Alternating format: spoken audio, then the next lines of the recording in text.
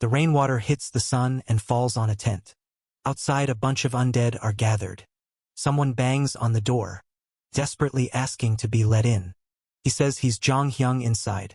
People are hiding while he desperately begs to be saved. However, the door is being blocked by 3 guys, and one of them wonders what they are going to do. That's when a blonde girl shouts, telling them to let him in. She says John Hang is a classmate, and they can't abandon him like that, so they should let him in now.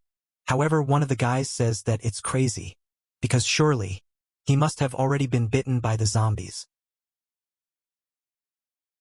She's the class representative, and she wasn't going to abandon her friends, so she would take responsibility for whatever happened. She points out that leaving him out there, screaming for help, is the same as killing a person. One of the guys grits his teeth. He turns to the guy next to him named Yi Bai, and says he's going to open the door, and that Yi Bai should close it as soon as the person enters. Before Yi Bai can respond, the guy starts counting. Everyone was on edge. On the count of 3, he turned the doorknob. However, at that moment, Yi Bai was pushed by the guy, who had already turned into a zombie. Everyone inside the room was shocked, and the protagonist shouted, warning that Yi Bai had already been infected. The blonde tries to run, and everyone starts begging for help. The poor protagonist uses his hand to defend himself from the bite naturally. He gets his arm bitten at that moment. He starts writhing in pain, and strangely begins receiving memories. That day he lost his arm.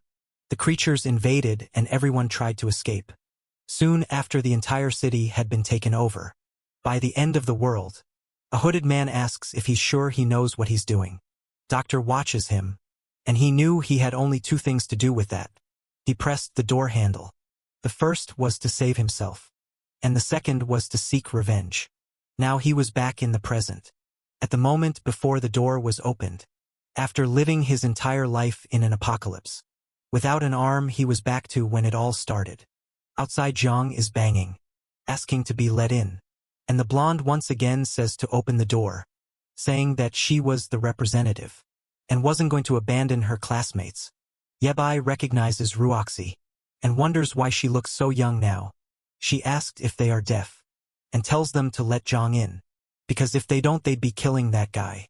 Yi Bai celebrates that everything he had planned had worked, and he came back to change the world. He then calls out to the representative. He warns her that Jong Hung, who's outside, might have been bitten by a zombie. So how is she going to deal with the consequences? She responds that since no one saw him being bitten, there was no way to know, and as the representative, she would take responsibility for everything. Ibe smiles and says that's fine. He takes her hand and tells her that, since that's the case, she could personally open that door. Roxy is startled and the other girls are in disbelief that he told her to do it. The representative yells at him, saying that he's not a real man for asking a woman to do that. However, he says that for someone who wasn't risking anything, she sure was trying to sound morally righteous. He tells her that in the end, she's just a hypocritical woman. But Ruoxi screams and tells him to shut up. She says she's going to open that door, because she was never afraid. She calls them a bunch of cowards, and tells them to get out of the way. With that, she turns the doorknob, and at that moment, Jong Han pushes everyone already transformed once again. Everyone in the room is shocked. The door falls to the ground and Ruoxi slowly gets up. However, that's when she gets startled. The infected Jong Hang was face to face with her. He charges at her immediately, and everyone in the room starts trying to escape. She grabs the guy next to her, saying she was scared before he could react. She pushes him, telling him to protect the representative. But a foot comes crashing down. It was eBay who kicked her in the ribs. The guy threw her as bait for John Hank. Our boy smiles while the zombie grabs her by the waist, and the monster goes straight for her ear. But at that moment someone grabbed a screwdriver, and they blew the zombie's head apart. The poor girl was drenched, while our boy just had a sinister grin. However, she falls outside, embraced by the zombie. She turns to Yi Bai and begs to be saved. But he remembers how much he suffered in the past life. Because of this girl's persecution, he grabs the door off the floor and starts to close it, while she asks him what he thinks he's doing. With that, he locks her outside. He turns to everyone and asks why they were closing that door. Scared and fearful, groups started saying they were going to block the door. They then piled all the furniture, boxes and the ladders in front of it outside. Ruashi kept banging, asking what they were doing, while she pleaded for help. Everyone was blocking the entrance. She kept struggling, saying she was the class representative and couldn't be treated like this. The other girls didn't have the courage to do anything. Meanwhile, the rest of the group continued blocking the room. Ibai stood there watching everything. Time passed and finally the rain stopped. The group commented that they could no longer hear Roxy's voice. Now everyone in the room was afraid of Ibai for kicking the representative. As far as they remembered, he had been an extremely kind boy. So why did he seem to have suddenly become a different person? Ibai looked back at that moment. The girls were all terrified and crying. The protagonist asked why it seemed like everyone was afraid of him. Hesitant, they answered that they weren't. The blonde boy thanked him, saying that if it hadn't been for him, he would have been killed by the representative. Everyone started siding with Ibai, saying that girl was filthy and only wanted to kill the guy to save herself. Ibai smiled. He said that since everyone was so brave, they should open the door, because he wanted to take a look outside. The group was a bit scared, wondering why he wanted to go out. He then said he agreed that kicking her hadn't been a good idea, and he wanted to see how she was doing now. His friends, however, insisted, saying it was crazy since there were zombies outside. But Ibai shouted, telling everyone to get out of the way. Scared, of course, the group started moving everything out of the way. They opened the door and slowly he stepped outside. He stepped onto the grass and said that apparently the representative in Zhonghang had disappeared. The sun had risen and the zombies had vanished. At that moment the group closed the door on him. From inside they yelled that they shouldn't let that crazy murderer back in, because he would kill everyone. However, Ibai didn't seem to care at all. He continued walking across the field, while everyone wondered if he had lost his mind. That's when the blonde boy was startled. A female zombie was standing face to face with Ibai, and he was calmly walking toward her. The creature noticed him, but he calmly kept approaching. He smiled and gripped the tool. In the next moment he rushed at her, and everyone was left wondering why he was charging at the zombie. The poor creature didn't even understand what was happening when she took a blow to the head boy. If he didn't stop, he smashed her right into the ground. And that was that. The group inside was now certain that guy had gone insane. However, our protagonist was pretty exhausted. For someone who had just done all that, the boy went over to the creature's remains and pulled out a pearl. He smiled and said he had found an energy stone. That wasn't just the origin of the apocalypse, but also an extremely necessary material at that moment. Even a footstep behind him. He turned and faced an old zombie. The monster was coming at him slowly. Ibai grabbed the tool again, ran toward it, and everyone inside saw him finish off another one. The girl was nearly vomiting, while the blonde boy wanted to know why he had gone so crazy. As far as he could remember, that kid had been a coward. So how had he changed so much? Everyone began thinking about how terrifying he was, and believed he was pretending to be someone else. One of the boys said it was a good idea to let him back in, since he was really strong and could help kill the zombies. The others didn't want to support that, because he was a lunatic and could end up killing everyone. Suddenly the window shattered. Ibai asked if his classmates were still in there, told them to come outside and kill zombies, because it was a lot of fun. The poor souls were all trembling, and at that moment, they warned him something was behind him. A zombie had appeared and leaped at him, but Ibai just looked, stretched out his foot and kicked it in the chest. Once again he grabbed the tool and struck it in the jaw. As he finished off the creature, the group watched terrified from behind. Another one fell dead to the ground. Our boy wiped his face, while everyone else was too stunned to say anything. He noticed he was being washed, and commented that he didn't know if this liquid was going to infect him. He said he wanted to travel with his friends, but it was too risky since he didn't want to hurt them. With that, he left saying he hoped they would all survive. His friends wondered if he was really going to leave. Just like that, and with that, they were all left behind in that room. Our boy walked alone across the campus. He climbed the stairs while thinking that this was the beginning of the apocalypse. On the first day, 50% of the population had been infected, and politics, the economy and society had collapsed. The number of creatures kept increasing, along with humanity's fear and despair. Professor Jean named this period the Dark Era. In his past life, he had to tear off his own arm to survive that day. For 15 years he endured hunger, despair, and torture, until he finally met a man known as the Mechanic, who was able to send him back to the past. Calmly he walked through the streets. Some people watched him from hiding, wondering if he wasn't afraid of dying. Others suggested inviting him inside, but they said that if he was walking alone, he must be dangerous. Yebai ignored everything and walked near a park. The zombies were there standing still, seemingly ignoring him. But as soon as he turned his back, those bastards came after him. The blonde boy shouted that the kid was going to die, and the old man said it was crazy to go out, looking for food in a world like this.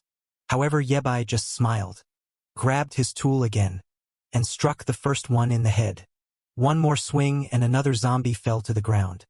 A hard slam into the ground. And the guys watching wondered where all that courage came from. But someone else was watching him. From behind a curtain, a girl muttered that sooner or later, she would kill that bastard man. What's that about? Our boy is killing zombies. Why are you mad at him, girl? After finishing off 3 creatures, our boy was exhausted, but then he heard something else. A flock of birds coming from behind. 3 more zombies were approaching. He quickly realized he couldn't handle all of them. A zombie slithered towards him and he ran off. He knew the previous noises had attracted a horde to that place from inside another house. A spunk watched, saying that kid was running straight toward them. That's when Yebai noticed a convenience store. Next to him he started banging on the door, asking to be let in. He looked at the camera and said he needed help, because he was being chased by a horde of zombies. The old man on the other side said it was ridiculous, and no one would ever open the door for a kid like that. But suddenly, the gate began to rise at the same moment. A zombie turned the corner. It leaped toward him, and Yebai hit it in the head again. But an old woman was coming down the avenue, and he struck her in the face with the tool as well. He dove under the gate and rolled inside. The zombies started pounding on the door, but finally he was safe for a while. And man, what he found was a loaded base. From behind a computer desk, a little girl was watching him. Meanwhile, at the nightclub next door, Spank was watching and saying that it looked like that kid was killing everything. The guy of the mohawk turned and told Brother Centipede that a student had killed about 6 zombies on his own. The least cliché guy in the apocalypse laughed. As always surrounded by women, he said it seemed like those zombies were weaker than he thought. If a student could manage it, it obviously wouldn't be hard for them. Back at the convenience store, Yebai smiled. He looked at the counter and told the person behind it to come out, because he had already seen her. Besides, she should hand over the key so he could lock the door. But the person on the other side remained silent. He let out a sigh and started groaning, saying that his wound hurt a lot, and he was about to die suddenly. The girl came out from behind the counter. She stepped in front of him and tossed him some medicine. But man, he's cruel. He grabbed her by the arm. For God's sake, don't turn this into a romance. She looks like someone's daughter. Yebai told her to hand over the control, assuring her he wouldn't do anything. She asked what control he was talking about, but she clearly had it in her hand. He reached for it and snatched it from her grip. Immediately she ran off in a panic. She came behind the counter and kept watching him. Man, he kicked one of the shelves, startling the girl. He said she was an idiot for believing him. When he said he was injured, some time passed and it started raining. Our boy was lying on the bed exhausted. The same little girl was tending to his amputated arm. Obviously Yebai was in excruciating pain. After a while she said she was done, and our boy thanked her for saving him. She opened the first aid kit and said that it was really dangerous outside, and her father had told her to stay here. He could rest there, and later she would bring him some food.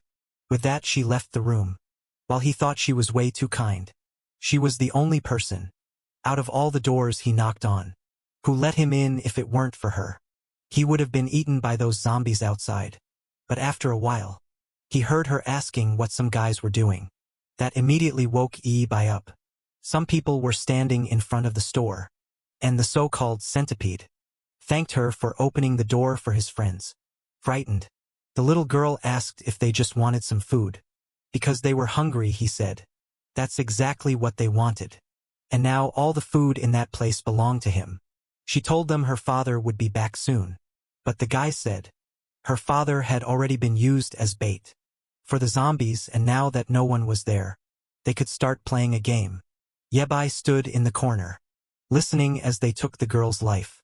After stealing the food, they dumped her body on the floor, calling her an idiot. But now back in the present, he knew this time he had to save her first. He had to make sure she understood how cruel this apocalyptic world was, even if that meant she would see him as a bad person. She then knocked on the door, and it seemed like he was going to take the role seriously, because he immediately shouted, asking why she was bothering him. She apologized, saying she had washed his clothes because they were too dirty. He got even angrier when he saw how kind she was. He told her to throw those clothes away and get out of there, a bit embarrassed. She said that was fine. He even told himself that with such a weak personality, it would be hard for her to survive. In a world like this, however, taking a hot shower like this was amazing, since in the future all the water would be contaminated. He finished his bath knowing that luckily, this convenience store had plenty of food and water. The goal now was to obtain some equipment and weapons. Looking in the mirror, he remarked that being younger was really amazing. No back pain, no burning legs. And being young was truly incredible.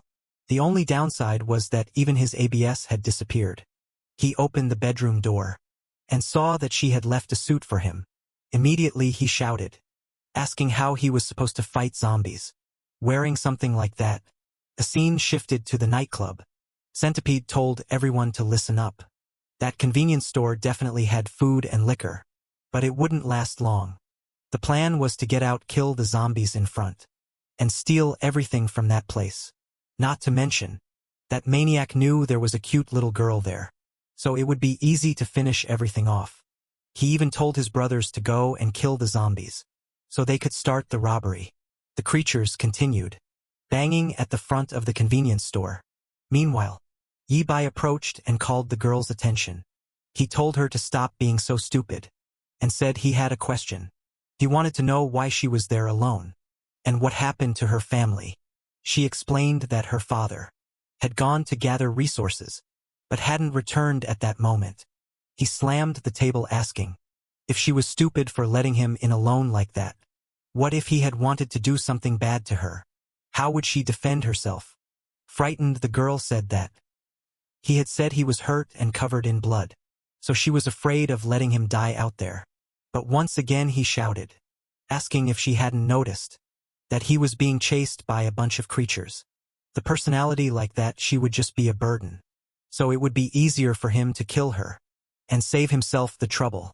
However, since it would be boring to be alone from now on, she would have to obey him.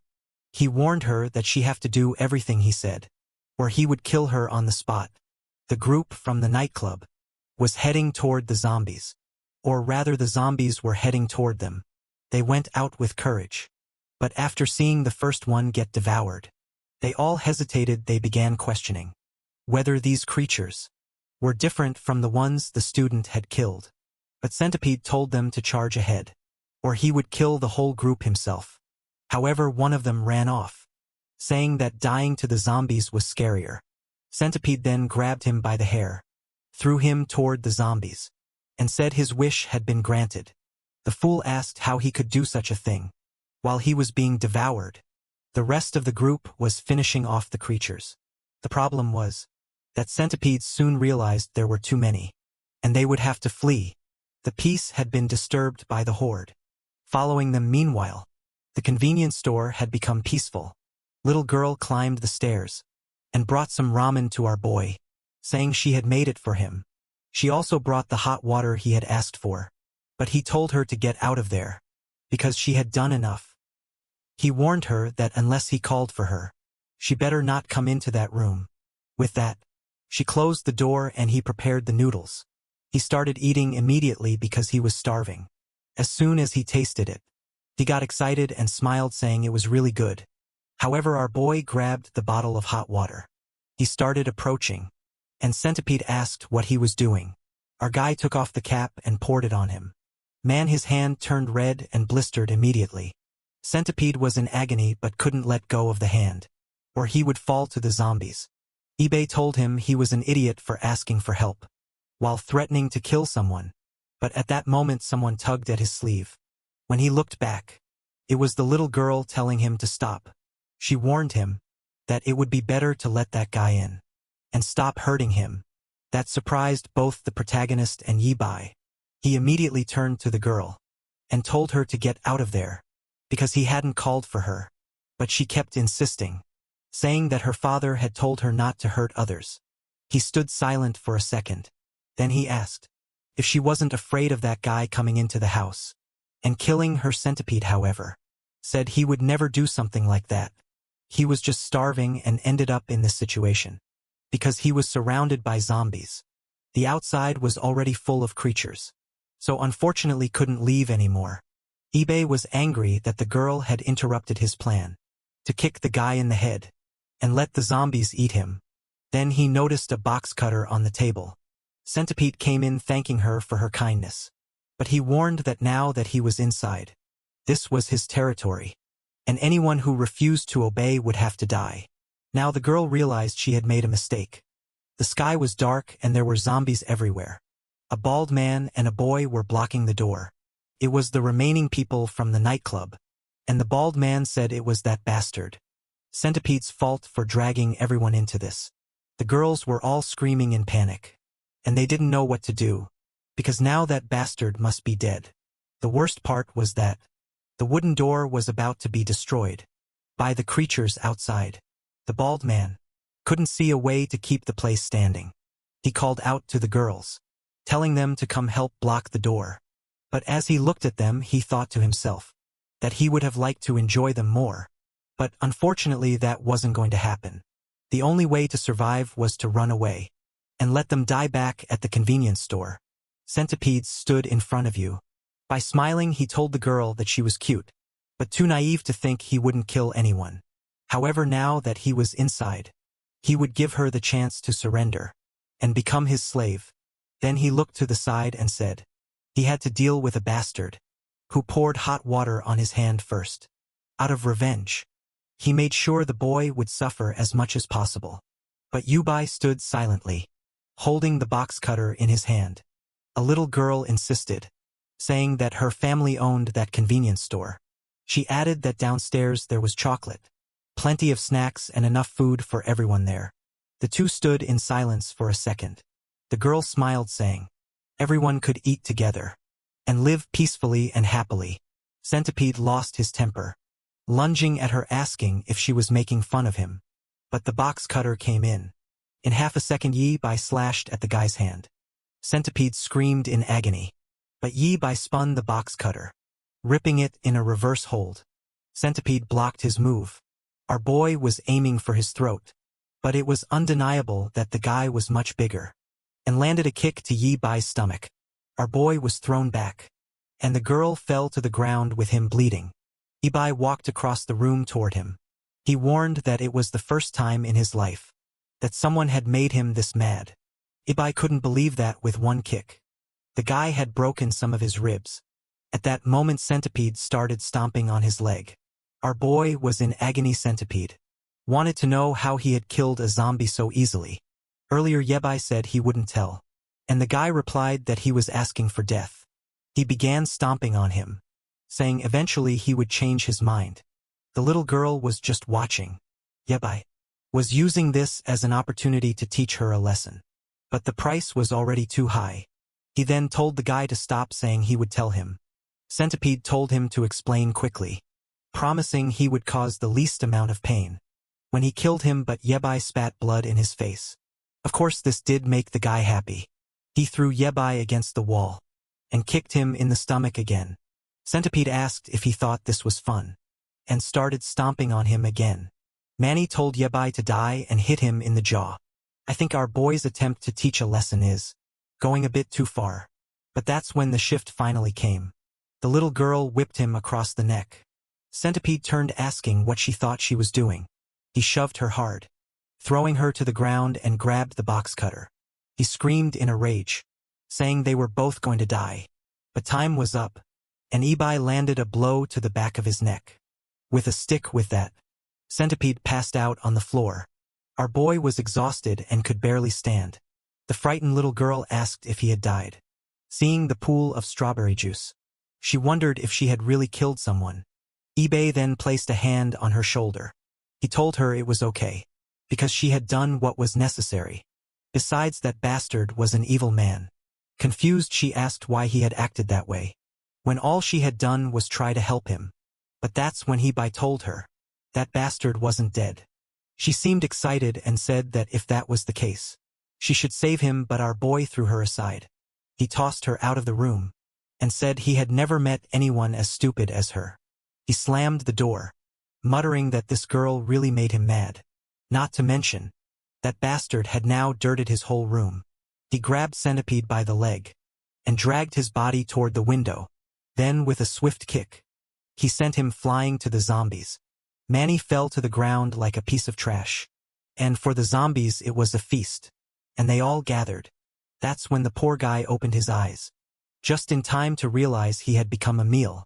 Ibai muttered outside that Centipede was lucky he hadn't cut off his limbs first. That's when he heard another sound. Nearby in the house directly in front of him, a guy was hanging trying to escape. The zombies' kid was about to fall, trembling and shouting for them to leave him alone. Then someone called out to him. It was you, by asking if anyone else was still alive in that place. The guy said that unfortunately it was the last one. They had held the door until one of the guys let go. And then the zombies came in and ate everyone. With a trembling voice he begged Ibai to help him, so he could stay in the convenience store. But our boy told him that wasn't going to happen. And if he didn't get out of there soon, he would end up like that guy on the ground. The boy looked down and saw Centipede being eaten. Disgusted, turned, gathered his courage and jumped to the next ledge. The kid was a parkour king, managing to balance on the railing. He ran across it and our boy was just watching. He was disappointed that those damn zombies hadn't managed to kill everyone from the nightclub. Time passed, but the zombies still lingered outside that place. The window was broken, and our boy opened the bedroom door. Outside, the little girl was still waiting. He asked her what she was doing there, and if he hadn't told her to go take a bath. However, she looked inside the room and saw that the body had already been dragged away. He told her not to look too much, but the guy had already gone to the first floor. The girl asked if he had escaped. He replied that, in the way he had thrown the guy outside, only a god could survive. She looked a bit sad, and asked why he had to kill the guy like that. Even if he was a bad person, they still had a chance to turn him around. But Yabai slammed the door above her. He asked if she was so stupid that she hadn't learned a lesson. After everything that happened, no matter what she did, that guy was going to try to kill her, because that's how the apocalypse was. A girl repeated the word apocalypse, saying he didn't know what he was talking about. But Yabai just walked away, saying it was stupid to waste time with her there. So he was going to take another shower. But she got up and said she wanted to talk to him. She tripped like an idiot and seemed to faint. Luckily Yabai managed to catch her. He ran to the room and put her on the bed, wondering if she had been bitten. He didn't see any wounds, so maybe it was just a fever. He remembered there should be some medicine in that room. Now it made sense why she seemed so weak from the moment he first met her. Finally he found the box. But when he opened it, on top of the medicine was a pink notebook. He started flipping through it and realized it was a list of blood donors, analyzing the girl's condition. And what was written there, he started to understand. It seemed like a kind of medical notebook. Wondered what she had and kept flipping through it. Her name was Yo-Yu and she was 14 years old. On top of that she had leukemia. He lifted her shirt and began to understand why she had so many band-aids on her body. Perhaps because she had received donations. She always wanted to help people too. But unfortunately, that kindness she wanted to show to the world no longer existed. That's when he reached into his pocket and saw that he still had the apocalypse essences.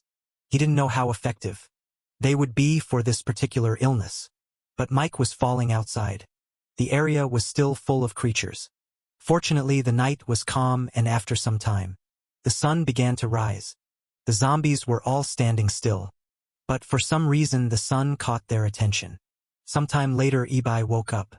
He had fallen asleep on the table and was freezing. But he soon noticed he was being watched. When he looked back he saw Yo. You were standing behind the door. He found it strange that she was already up, and asked if she was feeling better. She didn't answer for a second. Before she could say anything, he told her to go ahead and prepare some coffee. As she left though, he told her to wait a second. He told her to gather some tools and food, because they were going to head out to look for her father Hio. Yura seemed a bit confused, and asked if they were really going to do that. Ibai replied that yes they were, especially since she said her father had gone out to get supplies, so they couldn't leave him out there.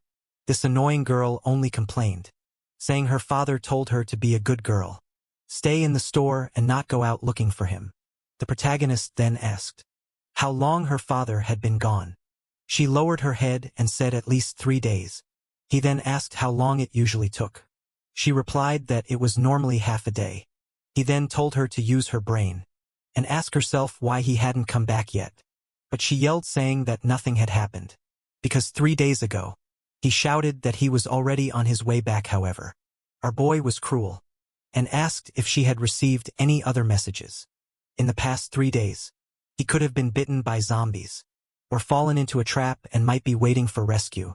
Shouldn't they be out there trying to save the guy? But she lowered her head again and said her father told her not to leave, no matter what happened. Our boy got up angry and said she was an idiot. He asked why she wasn't willing to help her father, who might be in need of assistance. Why was she so eager to help that criminal earlier, but didn't want to go out and save her father now? And he told her to understand that he wasn't asking for her opinion. He could finish her off right there and go out by himself, but because she saved him, he would first find her father as payment. He ordered her to stop whining and gather her things, because they were going out. The poor girl ran off in a panic and almost fell down the stairs. Yebai was getting exhausted from these conversations. Outside the city was destroyed, and the zombies were still staring at the sky, until suddenly they heard a sound from behind. A jeep was coming down the street. Man, these crazy zombies think they can stop him with their arms. Yeah, right. Grab them by the chest. Everyone goes flying to the sides. Knocked out. Meanwhile, back at the convenience store, our protagonist was stocking up on food and preparing to leave. He looked behind him and asked why she was hiding, and if she had finished packing everything. Looking a bit downcast, she seemed all cute but sad.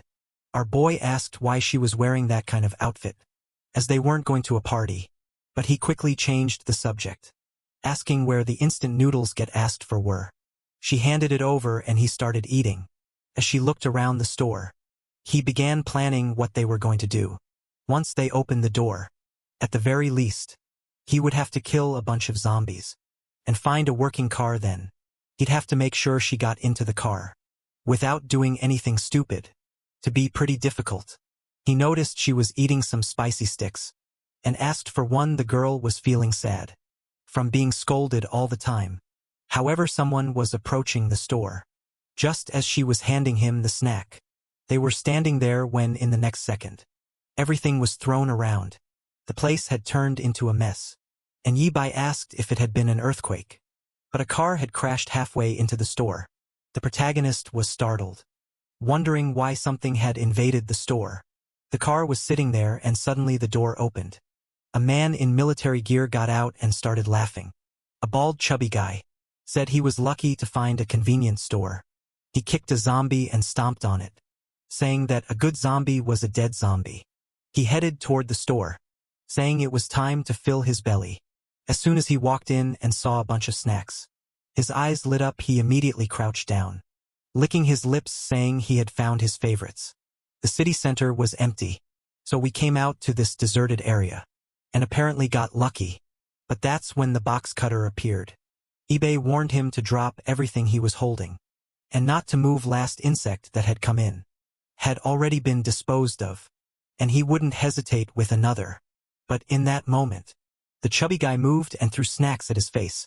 Yebai closed his eyes for a second, and the guy grabbed the stash and bolted. He ran back to the car and slammed the door shut. But man, Yebai showed up at the window, and wasn't going to let him escape that easily.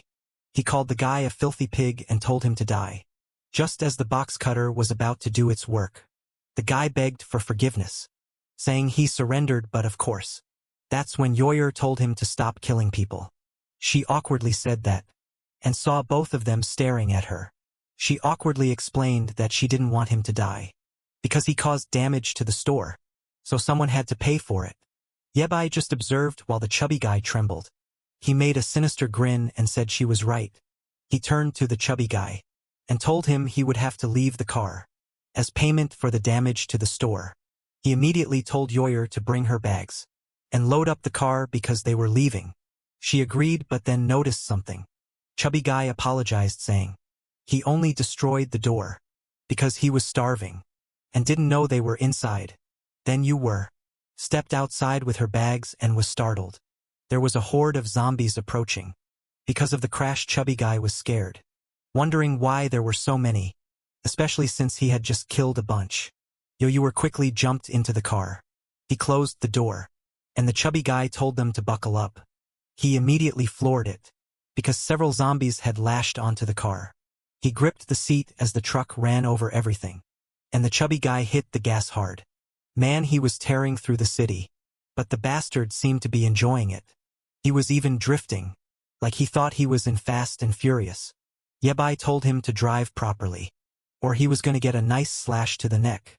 The chubby guy tried to explain that they needed to kill the zombies first, or they wouldn't be able to get through. But that's when our boy asked Yoyer what address her father had gone to for supplies. She said that in his last call, he was heading to the Fudong supermarket. The chubby guy said that place was crazy, since it was always packed, and must be crawling with zombies. But Yebai told him to stop whining and just drive, or he'd be the one to die there. They seemed to escape the horde, and the chubby guy said if things got boring, you could turn on some music. At least on the road they could calm down a little. The zombie, lying on the ground with a branch in its hand, raised its arm as the car approached man. The chubby guy had no mercy and ran right over it. As he sang along to some music and ate candy, he plowed through everyone. Clearly this bastard was enjoying the whole process. And Yebai told him to be quieter, because he wanted to rest a bit. But the chubby guy said not to worry, as the car was very tough. So there was no problem. Yebai, however, raised the box cutter and asked if he wasn't going to listen. At that moment, everything went silent and he stopped the car. Our protagonist told him that he didn't order him to stop the car, just to stop making noise. That's when the chubby guy realized the gas had run out. Yoyer and our boy screamed in frustration. He cursed the bastard, who apologized, saying he forgot there wasn't a gas station nearby. He started eating frantically, saying that if he was going to die, he might as well die with a full stomach. Yoyer, on the other hand, began to hear some noises approaching. A huge zombie appeared right in front of her window. The car had stopped right in front of a park, and the horde of zombies was starting to surround them. The protagonist knew that, even if the car wasn't destroyed, they were going to die trapped in there. But that's when a knife behind his seat caught his attention. The zombies were banging on the window. Suddenly someone kicked the door, sending it flying off. Yebai calmly stepped out and the zombie came toward him. He pulled out the machete and slashed through another one. Inside, Yoyer was terrified, watching everything. Bar Boy was celebrating, saying the blade was sharp. Another zombie approached, and he remarked that for amateurs like these, this kind of weapon was more than enough. He landed another strike and two more approached. He glanced to the side, kicked one in the chest and finished off the other. The chubby guy inside the car was stunned, watching everything. Another large zombie fell to the ground. He couldn't believe that this student was so strong. Even Yoyer was impressed. Yebai banged the handle of the knife on the car and told the chubby guy to get out. The chubby guy was terrified. But our boy warned him that if he stayed inside, he'd die sooner or later anyway. There were other cars outside. So maybe they'd be lucky enough to find some gasoline in one of them. While he dealt with the zombies, the chubby guy was supposed to start collecting some gas. He reminded him that he had been sitting the whole trip, so he better know how to handle a vehicle. Yep, I told you. You were to stay in the car and not leave, as it was too dangerous. Yebai then told the chubby guy to come with him. The chubby guy, still not mentally prepared, said they needed more time. But in the next second, Yebai had already killed the first zombie. The poor chubby guy couldn't believe that. This boy had no fear at all. Yebai moved on, slashing through another one. He looked back and told the guy to hurry up. But then the chubby guy remembered that there were some gasoline canisters in the truck. Then he realized how useful Yebai was, and wanted to make better use of him. Ebai killed another zombie. He looked back and asked what the guy had said. Embarrassed, the chubby guy said he had been in shock and forgot. But if they waited a little, he filled up the tank. Ebai told him to wait and do that later.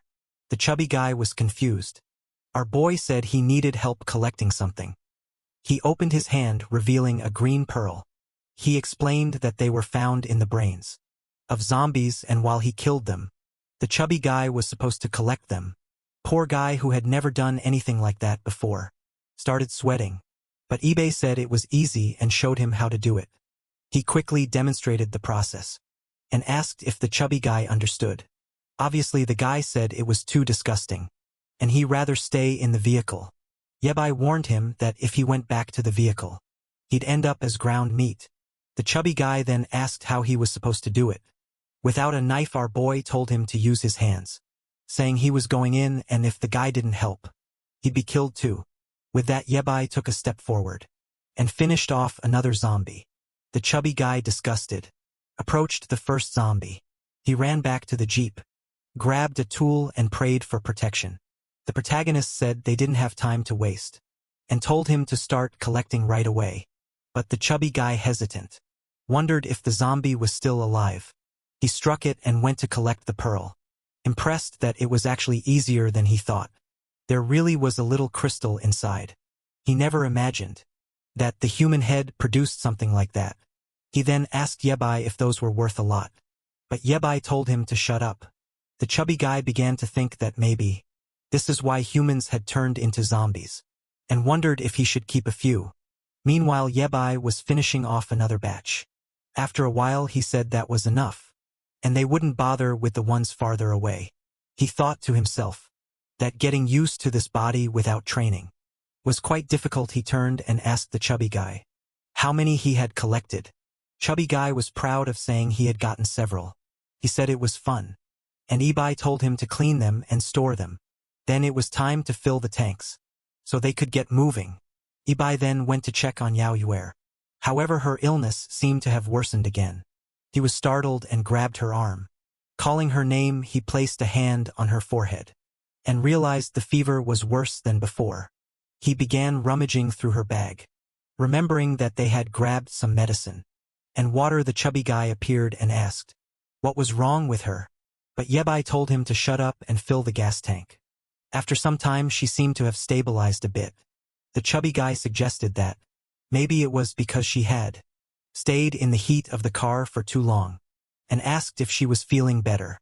Yebai, not in the mood for chit-chat, threatened him again. He said they had lost time, because the chubby guy pretended they had no gas, and if he hid anything else, the next person to die would be him. The chubby guy immediately apologized, saying he would never hide anything again. Yahello seemed to wake up, and the car continued down the road. After a while, the chubby guy complimented our boy's swordsmanship, and asked what his name was. Our protagonist replied that it was polite to give your own name before asking someone else's. The chubby guy said his name was Zhao Hang, and he owned a workshop in the city. His friend had left this truck at the shop for repairs, and never came back to pick it up because of the apocalypse. Then our boy said his name was Ebai. But suddenly Zhao Hang slammed on the brakes, and our boy had to hold on as he drifted on the road. The protagonist immediately threatened him, asking why he did that. Zhao Hang explained that the entire road ahead was blocked by burning vehicles. The problem was that Yeoyu was still trembling. At least now she had stood up. When she looked out the window, Ibe said it didn't seem like they would be able to get to the side. Where her father was, Yeoyu just watched silently, with nothing much to say. The chubby guy mentioned that there was another route, but it would take much longer, and he asked if they were still going to do it. Yebai replied yes, but first they would need new weapons and equipment. He asked Zhao Hang if he knew where they could find an electrician or a weapons store. Zhao Hang thought for a second and said he knew. He told them to relax, he would take them there now. He had a friend from his hometown who was a very experienced blacksmith. Let's talk about a blacksmith caught Yi Bai's attention. Zhao Hang said there was a good chance the guy was still alive, and even if he wasn't, there would likely be plenty of items in his house. The mashi he was holding had been made personally by this guy. Yi Bai thought it would be perfect to have lots of resources to craft a decent weapon. Zhao Hang then began telling stories about the times he and his friend had spent together. But Yu told him to be quiet, as our boy had fallen asleep for a bit. They crossed the bridge into another part of the city. Jahang got out of the car and said, "Finally the airplanes have arrived." Many years had passed, but that place still looked the same. Our boy asked if that place wasn't a dump, and said this trip had better be worth it, or Zhao Hang would be buried there. But as always, they would have to clear the place out before entering. Ibai asked Zhao Hang if any of those zombies looked like his friend. Zhao Hang seemed unsure, and our boy just told him to collect the pearls. But then someone told him to wait. It was Yao Yue from the car saying she wanted to help. But Ibai told her she risked fainting or getting bitten, which would only get in the way. But she insisted, saying she was fine now and would be careful.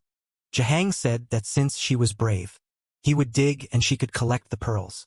Yebai warned that if they were bitten, he wouldn't hesitate to cut them. Yoyuer realized that Yebai didn't feel any pain. With that, he began slashing through the zombies. Meanwhile, the chubby guy was collecting the pearls and chatting with Yoyuer. I was putting them in bag. But we see that from a nearby building. Someone seemed to be watching them through binoculars. A man smoking a cigarette was watching everything, and he seemed angry at that moment. Another guy entered the room calling for Brother Lu. Brother Lu seemed to have PTSD, and there's no way. He already finished off another guy. He said he wouldn't repeat himself again about knocking. Before entering, another guy outside was trembling. Lu asked the rookie what they had come to tell him. Trembling, the guy said they had seen some people invading the blacksmith's shop next door. Lulu said he had already seen that a long time ago, so why were they bothering him with it now? The guy explained that one of the 3 people who had arrived was killing all the zombies alone, and seemed very strong. Lulu just kept thinking. He then turned to his servant, who was obviously there. "Right guys," she brought him some instant noodles. He tossed the pack to the boy, telling him to eat it and give him the rest of the details later. The boy shouted his thanks, saying Brother Lu was amazing with that. Lu stroked the poor girl, who clearly wasn't happy to be there. She was so hungry that she felt her knees. Poor thing. Lu told the rookie to get the chubby guy out of there, and to gather everyone and deal the people downstairs. Whoever finished them off will get a reward. Back with eBay in the group, they had finished killing everything, and just needed to collect one more pearl. He told the chubby guy to check around the house. While he took a look inside, he kicked open the door, and found a fully equipped blacksmith shop. As he slowly walked inside, he examined each item. He saw the anvil, and the most interesting part was that the forge was still lit. So someone must have been there recently. The chubby guy then mentioned that the house didn't seem to have any holes, but he didn't know where the blacksmith had gone. Our boy told him to bring some pearls and materials from the cars. He also told him to sharpen his blade. The chubby guy wanted to know why he didn't just take the many weapons hanging on the wall, as they were already finished. But Ibai explained that in a week, those kinds of weapons would be useless. Zhao Hang immediately understood that the rascal was planning to forge a new weapon. Ibai told him to hurry up and bring the damn pearls. Yao Hang Garumba, saying his companion was too hot-headed. You were then asked what she should do. with the forge lit and the pistons pumping. The first skill of a mechanic was obviously construction. He placed the steel tube into the fire and started hammering away. Zhang just stood behind watching everything, impressed that someone so young knew about blacksmithing. Our boy told Zhang to pour all the pearls into the cup. Chubby guy obeyed and Ibai placed them into the fire, where they began to melt. After a while, everything turned into a green liquid. Seeing the aura rising, Zhao Hang realized it seemed like some kind of magic. Ibai then took a box cutter and opened a bottle of strawberry juice, pouring it into the melted pearls, which started to mix together. He then took the liquid and poured it over the blade, which began to fuse. Jahang stood there just watching everything. Our boy resumed hammering. As he hammered inside, the sounds could be heard outside. And of course this attracted Brother Lu's group. The guy from earlier was scared to death, but the guy with the strong jawline was eager to gain a lot of resources by killing these weaklings. Another guy with long hair said the biggest reward would be spending time with someone named Higuan. However, the guy in the polo shirt said there must be a reason. Brother Lu wanted them to kill this guy. The best plan was to wait until nightfall, when their guard would be down, and then they could launch their attack. Back in the house, Ibai was busy with his crafting work. Man, the kid was really creating some futuristic mechanical stuff. Zhang was starting to think our boy might be some kind of engineer from the best university in the country. Ibai would finish a piece and go back to forge another one. From the water, he pulled up the first completed piece. The chubby guy looked at it and said, the electric pattern was really cool. Ibai just smiled and said that all the materials were ready. Now it was time to show the true power of a mechanic. Meanwhile, you were set the noodles on the table and began preparing to eat. Happy to be with you, Bai, because at least she felt safe. Suddenly someone covered her mouth. It was the perverted long-haired guy who said he was taking her to another place.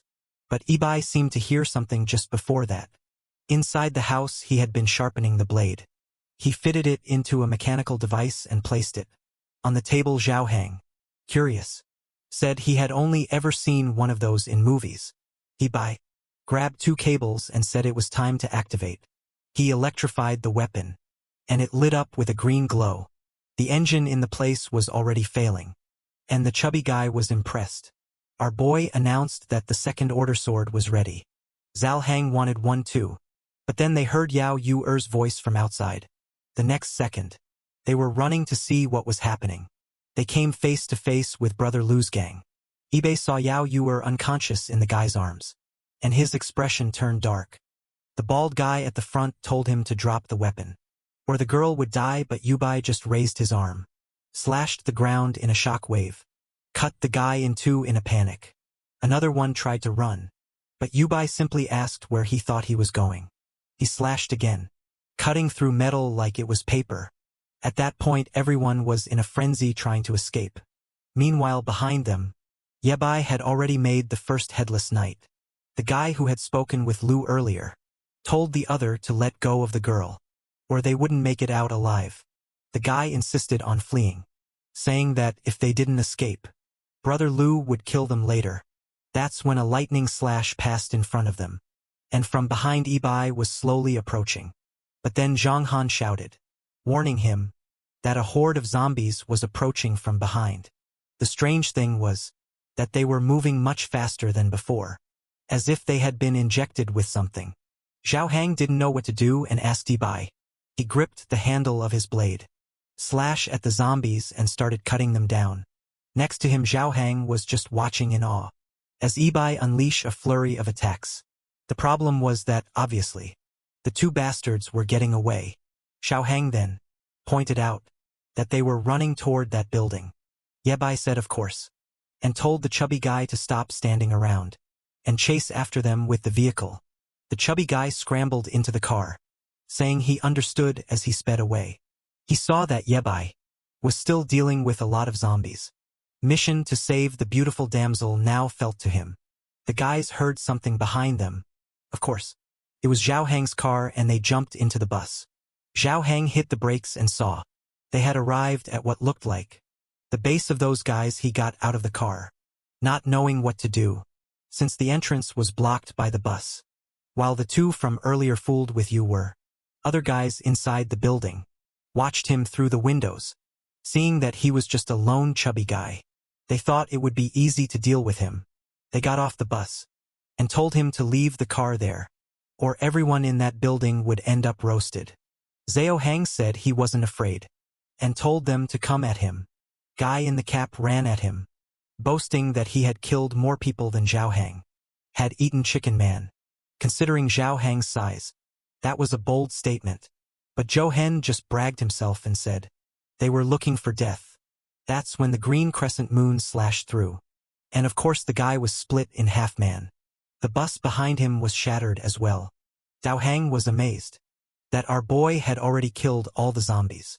But Ibai just ignored him and told him to follow. They were going to save Yao Yuer. He prepared another attack and sliced the bus in half, completely from behind the pillars. A bunch of guys were getting ready to charge of the two. Yebai with mirrors of steel was walking out in the open. Seeing that Yebai was a fool, one of the guys threw a knife at him. But the boy, a true apocalyptic warrior, sensed the blade and easily blocked it. He slashed back and another one was down. From behind some crates a guy threw a Molotov cocktail. But Yebai dodged it with a quick dance step and sent another green crescent slash. Then someone fired a gun luckily for Yebai. He was like Neo from the Matrix and narrowly dodged the bullet. Brother Lu, watching, remarked that Yebai seemed brilliant.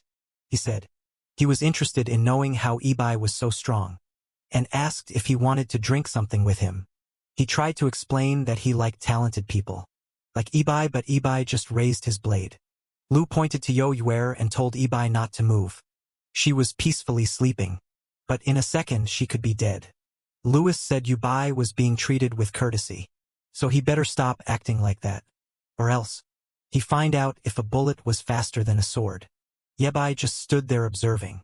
Zhao Hung asked what they were going to do in a situation like this. Suddenly Yebai smiled and said he agreed. He was working on a major project and needed a big group of people. So if Lu gathered everyone together to talk, Yebai would give them a chance.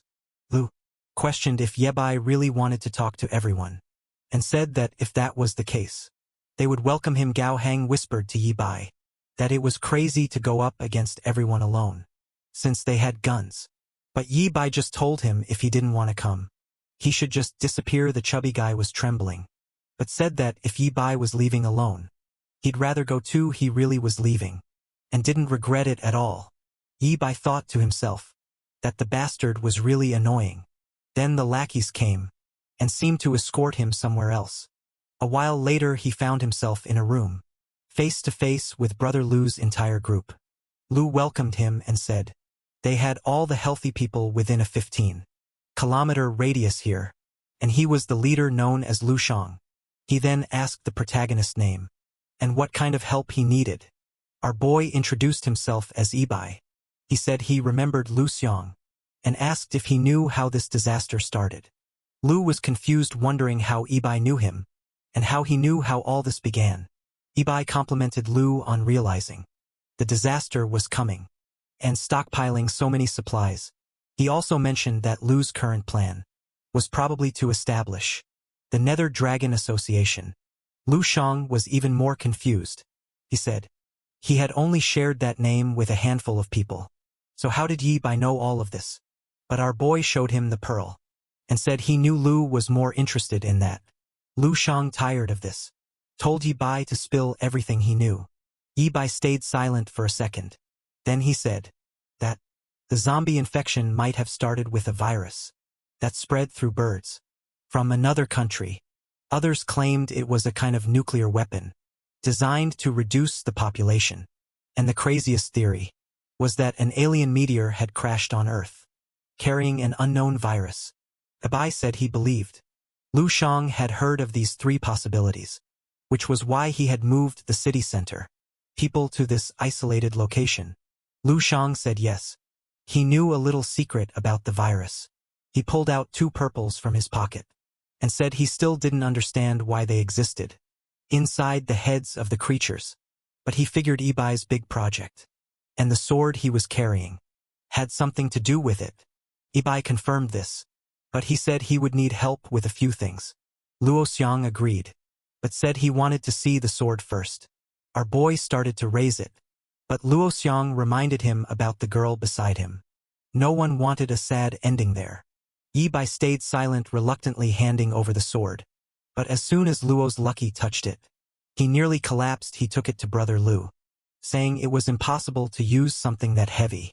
Lu didn't believe it and tried to lift it himself, but when he realized he couldn't even pick it up, he admitted the day was full of surprises. He then told Yui Bai to start his show and explain what he wanted. Our boy explained that in this apocalypse, as soon as someone started getting infected, a pearl began to form in their brain. At first it was a dark pearl, but the longer it stayed inside the zombie's head, more energy it accumulated. The energy inside the pearls could adapt well to the human body, and could also be used to make powerful weapons. Lu was intrigued by the idea that the pearls could adapt to the body. He asked if it was possible to consume them.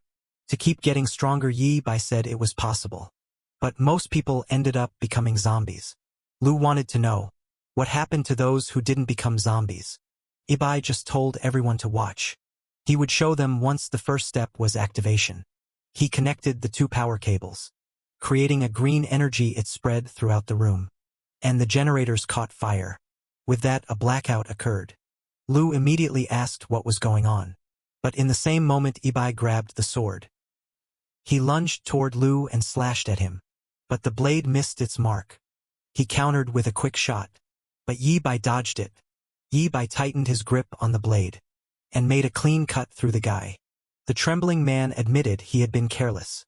Our boy simply said that the damn Nether Dragon gang would die here today.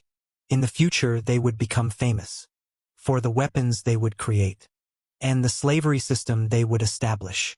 But before any of that could happen, he was going to annihilate everyone. Another slash and more bodies were left in pieces. The entire floor was destroyed. Ibai felt relieved that Yaoyuer was still asleep. He gently stroked her, thinking that although the apocalypse was cruel, he didn't want her to witness such scenes. But suddenly someone appeared at the door. Ibai turned and saw, of course, the coward Xiaohang who had run off earlier. He came in with a flashlight, amazed that Yi Bai had wiped out everyone.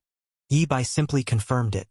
He picked up a weapon from the ground and said he had successfully completed the objective.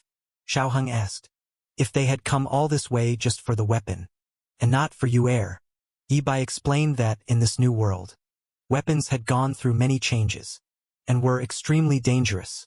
Now Xiaohang was curious about what Ibai planned to transform it into. He praised Ibai's plan to have him toss some pearls into the generator, saying it was very clever. But then they heard a bottle hit the ground. They looked to the side and saw a girl collapse on the floor. In a panic she begged them not to kill her.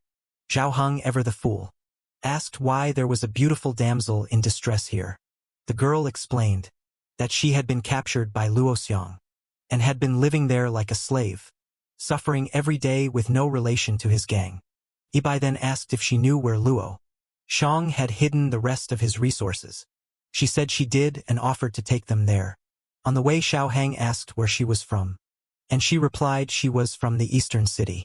In the middle of their conversation, they stopped in front of an elevator, and she said the storage room was, unfortunately, on the 6th floor. Ibai told Xiaohang to hide with you, while he went with the girl to check out the storage room. Meanwhile, in the wreckage of the battle, the guy from earlier was calling for help. He was shocked when he saw brother Luo's body, sliced in half slowly. He tried to stand up, and noticed a pearl in front of him. He remembered Yi by calling it the black metal energy, and Lu Xiang, saying that eating it might make someone a god. Desperate and with no other options, he swallowed it immediately. His pupils contracted, and veins bulged all over his body. As he began to writhe in agony, thunder struck outside as Yuyue woke up in the room. She asked Xiaohang where they were. He told her to calm down. He explained that she had been kidnapped earlier, but he and Ibai had already saved her. At that moment Ibai entered the room. Seeing that she was awake, Zhang asked if they had found anything valuable. and Yi-bai confirmed they had. But it would take until tomorrow to move it all. Zhang then asked where the girl had gone, and Yi-bai explained that when he went into the storage room, she started running away. He found it strange that she ran off, especially since it was raining outside. Yi-bai simply told him to forget about her, because he needed to sleep and rest, as the streets would be crawling with zombies. Now the scene shifted to a girl taking a shower. She was calmly relaxing when a man appeared, saying that since she had mutated and was in his house, she needed to understand that nothing was free. He started trying to open the door, telling her that besides her body, she had nothing to offer. She began screaming for help. But the man said that with the rain outside, no one could hear her. But then the door cracked open. Man was startled and went out to see what happened. But boy, he made a big mistake. The girl heard a scream and upon checking, saw that the man had been killed by a gigantic creature. The fool was thrown against the wall, and the blonde girl screamed in terror. The creature stood still staring at her. It began to reach out its arm, and in her desperation, she begged it not to come any closer. The monster paused for a second. It saw itself in the mirror and collapsed to the ground, saying it wasn't a monster. It began asking why it had transformed like this. The creature pounded the floor, saying it didn't want to stay like that. The blonde, confused, asked who he was. He explained that he had been shot, but had consumed a zombie pearl, and his body had started to mutate. The blonde was perplexed by this talk of humans transforming by eating the black metal from pearls. A guy said that someone named Yi-bai had explained this to him, saying he had taken the pearl from a monster's head. The blonde seemed to recognize the name, and ran toward him, asking if he had really mentioned Yi-bai. The crazy girl suddenly got braved, demanding to know where Yi-bai was. The monster said that Yi-bai had arrived in the Subin city recently, and had killed everyone in a building. Turns out, this blonde was the same one from the beginning, and she said she wanted to kill Yi-bai. But the monster told her it was impossible to kill him, because he was incredibly strong. The blonde said she was in this state because of that bastard. Two were enemies. She stood there for a moment, thinking, and asked if he wasn't strong, since he had killed that guy. In a second, the monster explained that he felt strong, but couldn't control his power. Well, then he asked if she wasn't afraid of him, if this was the same girl from earlier. It was Ruoxi, who laughed like a maniac. She gently stroked his arm. She told him he was very strong, and that if he helped her kill Yi-bai, she would let him do whatever he wanted. Man, this girl was crazy. Did she not realize he was a giant monster? But the crazier one got excited, lifting her up and saying that in that case, he would help her kill Yi-bai. She smiled, saying the plan was set. However, he didn't seem to be doing well, and she asked what was wrong. He dropped to his knees and began screaming. The night passed and the next day dawned. Our boy got ready in the warehouse. They found more instant noodles, cigarettes, and drinks. Yi-bai strapped his devilish sword to his back, and said that now that they had gathered everything, it was time to leave. They walked down the stairs talking about supplies. But the chubby guy suddenly got scared. It looked like a meteor had fallen on his car. He started crying, panicking, saying they couldn't even open the door. Yi-bai was deep in thought, realizing that the damage was too big for just a rainstorm. He told Xiao Hang to step aside, then slashed the dented part. With that, the truck turned into a convertible. Man, it looked like it came straight from the factory, with the mirrors installed perfectly. Got into the car and Zhou Hang cheered that at least the engine was still working. He then asked if they were heading to find your father now. Yi-bai simply said yes, and they hit the road. The chubby guy was excited, saying that driving a convertible was amazing. But then they attracted the attention of some zombies. Looking to the side, they saw a girl and a group of students running from a horde. Those were Yi-bai's former classmates, and he was surprised they were still alive. The group was running desperately, begging for help. The zombies were closing in, and of course one clumsy girl tripped and fell. The creatures were about to reach her, when a green crescent slash cut through everything. The students were shocked. They were even more startled when they saw Yi-bai. Approaching, he smiled, saying he had found his classmates again. They started thanking him, saying they thought they were going to die.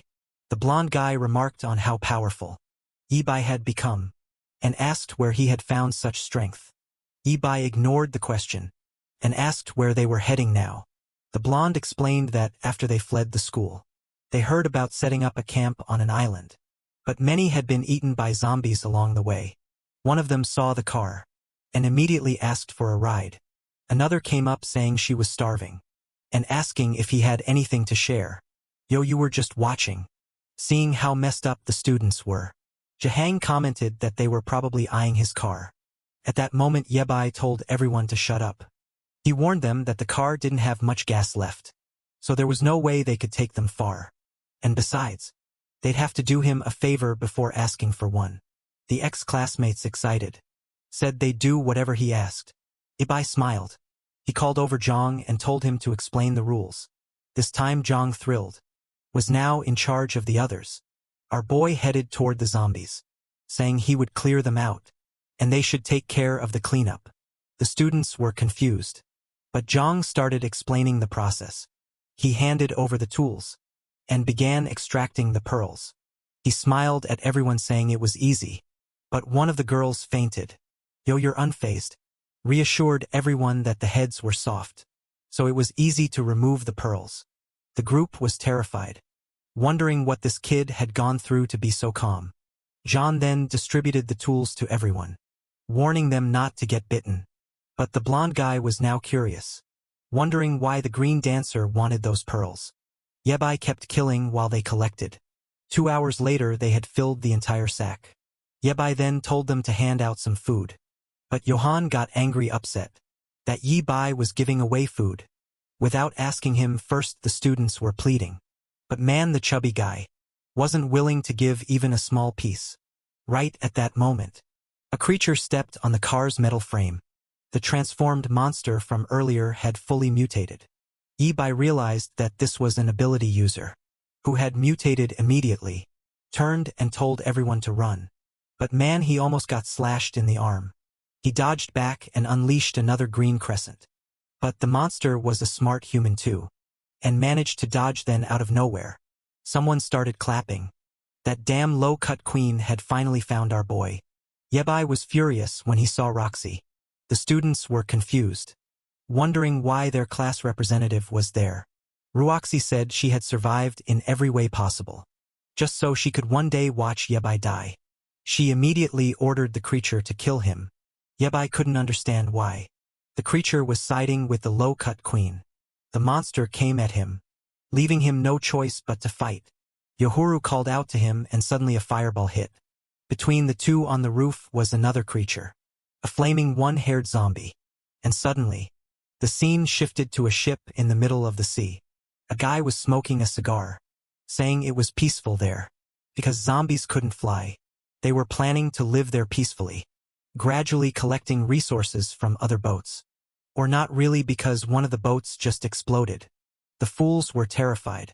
And here came the flame-haired zombie. The two screamed, but it was too late. They were already gone back to the present. The creature was standing on top of the building. In front of them both our boy and the transformed monster were staring at it.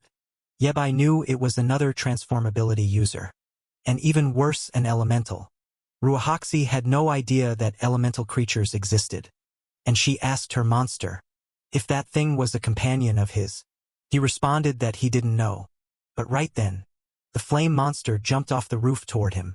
The creature grabbed him by the neck, and everyone could see that it wasn't a friend. Ruoxi's monster tried to block the flame creature, asking who she was and why she was attacking him. She planted her foot on his stomach and kicked him hard, sending him crashing into a car. Then she turned and blasted him with a wave of fire. Poor Zhang was crying, devastated that their car and food were gone. But Yebai told him to stop worrying about that and start running. Our boy took off running. But Ruoshi still wanted her revenge. She ordered her monster to go kill Yebai, who was trying to escape the monster. Tried to explain that things weren't looking too good for him, and then out of nowhere, the flame creature launched a fireball straight toward Yor. The ground exploded and everyone scattered. Yor fell to the ground. But of course Yebai had saved her once again.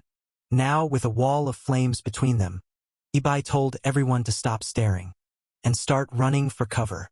Zhao Hang asked where they were supposed to go. Ibai looked around and saw the entrance to a garage across the way. He started running, telling everyone to follow him. Meanwhile, Ruashia's monster was face to face with the flame creature. He tried to reason with her, saying they shouldn't fight, and asked if she had also eaten the black metal energy to end up in that form.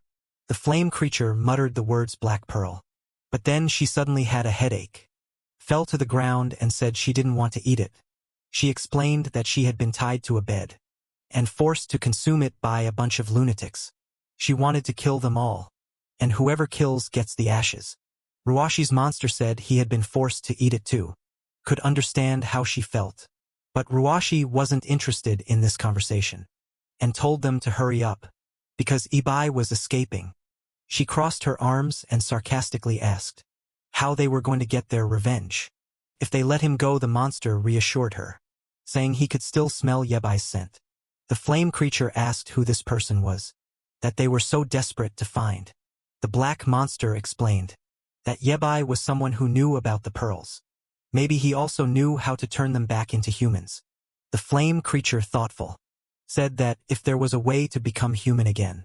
She joined them. Meanwhile, our boy was running with his friends. But suddenly, a car came flying and exploded in front of them. Following the scent, the creature easily tracked them down, saying their fight wasn't over yet. He knew that Yebai understood the secrets of the cursed pearl, so he had better start talking and not try anything funny. Yebai realized he couldn't avoid a fight with the monster, told Jahang to run with you, while he stayed behind it by them some time. But they soon ran into the flame creature. Jahang said that unfortunately they were surrounded. Roxy laughed, sitting cross-legged on top of the car, saying there was no escape now. Yebai was getting tired of this damn woman. He told his friends to hide and not get close. While he dealt with the creatures, the black monster came charging at him. Yebai braced himself and dodged backward. Then he pulled out his Glock and fired. Roxy the fool got hit in the shoulder. She screamed in pain. The black monster was confused. He thought Yebai was going to shoot him. And if you thought her boy was done, you're wrong. He fired another shot into her stomach before the monster jumped in to protect her. Yebai followed up with a green slash, and the monster had to throw himself in the way to shield her. Just then the flaming creature attacked from behind. She ignited the area, but Yebai dodged to the sideman. She sent a firestorm his way, but he managed to deflect it with his sword. Meanwhile, Yao Yu-er and Xiao Hang were watching. Yu-er pulled a hatchet from her bag and threw it at the flame creature, but it just bounced off her head. Without doing any damage, creature turned around, and Jahang asked what she had done. But with that distraction, Ibai almost landed a blow on the creature's head. However, his real target was the pipe above, which burst and sent water raining down on the flame creature, extinguishing her with that. Ibai seized the opportunity and slashed her. She screamed in agony for a second, but Ibai pulled back his sword and almost hit her foot. The creature tried to flee, and Ibai was face to face with the black monster again. The monster warned Ibai that he would pay for this in the future. Worn out, the two creatures fled the scene. Man Ibai made them all run away, but exhausted he felt his knees. The Uber asked if he was hurt, but he said no. He was just relieved that they had survived. Two ability users in a situation like that. The chubby guy asked if he knew the origin of these creatures. Ibai remained silent for a second before explaining what happens when some humans consume those pearls. Most become zombies, but there's a small chance that some will turn into a type of creature known as ability users. The problem is that this only happens once in 10,000 cases, and it's even rarer for them to retain their consciousness. Zhao Hang wanted to know how Ibai already knew all of this. The protagonist replied that he would explain more about it later, but their current goal was to figure out where they were going next. Zhang then remembered that they were without a car and food. Ibai found it strange because the apocalypse seemed to be progressing much faster than it had in the past, and before things became more dangerous, he needed to create stronger weapons. Outside it was raining again, and the worst part was that the car was really destroyed. Zhang cried, saying that at least they could save a few of the resources. And the worst of all was that those damn monsters had thrown all the cars in front of the garage to stop them from escaping. So now they had none.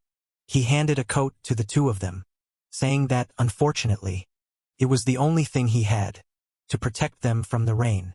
Our boy then asked Yuer what the problem was. She said that she had actually been to this place before, because an old friend of her father lived around here. She pointed towards a mountain, saying that if they followed that path, they would reach his house. The big guy asked who this person was, and if he was still alive. She said he was a bit weird, but he was a good person, or at least she hoped he was. His house had really high walls, and lots of computers and food, so it was probably safe. The big guy asked if that guy had a cyber cafe inside his house, and Art Boy said that, since he was a friend of her dad's, maybe her dad was there too, so it might be a good idea for them to go check it out. However, a horde of zombies was coming from behind again. Yebai said he would clear the path, and they would follow right behind. Meanwhile, the other big monster was also killing a bunch of zombies. He went to one of them and ripped out a pearl. He said it seemed enough and jumped onto the building. The fire monster girl was hiding from the rain. He came in from outside, called out for Rushin, and she was almost on the verge of passing on. He said he brought some pearls, and she told him to hand them all over quickly. The monster asked if she was sure she wanted to eat that. She told him to just hand it over and get the hell out of the room, man. The big monster got roasted like a fool. He respected the girl. The fire girl asked if she had eaten it, and he said she seemed to be hesitating. Her friend said she would definitely hesitate too, especially after seeing the state she ended up in after eating that. But the big monster said he just didn't want her to die. The fire girl seemed to have cauterized her wounds, but she knew that without medical help, there was no way she could survive. And the other one understood that perhaps her only chance to survive was by eating. That the fire girl said it would be a good thing, since she could mutate like them, and then they have one more person to help. They would kill whoever they wanted, and take revenge on everyone. But the big monster said, there might be strong people like Ibai in this world. Besides, her arm wasn't growing back. The monster girl said it was strange. The guy's weapon seemed to be able to block even her flame, and the big, dark-skinned monster said, the best thing would be to kidnap that guy and force him to reveal all the truths about the pearls at that moment. She introduced herself as Jubo, and the big, dark-skinned monster introduced himself as Wang Sheng. Back with our friends. Another creature was being taken down. Even in the rain, it didn't stop for a moment.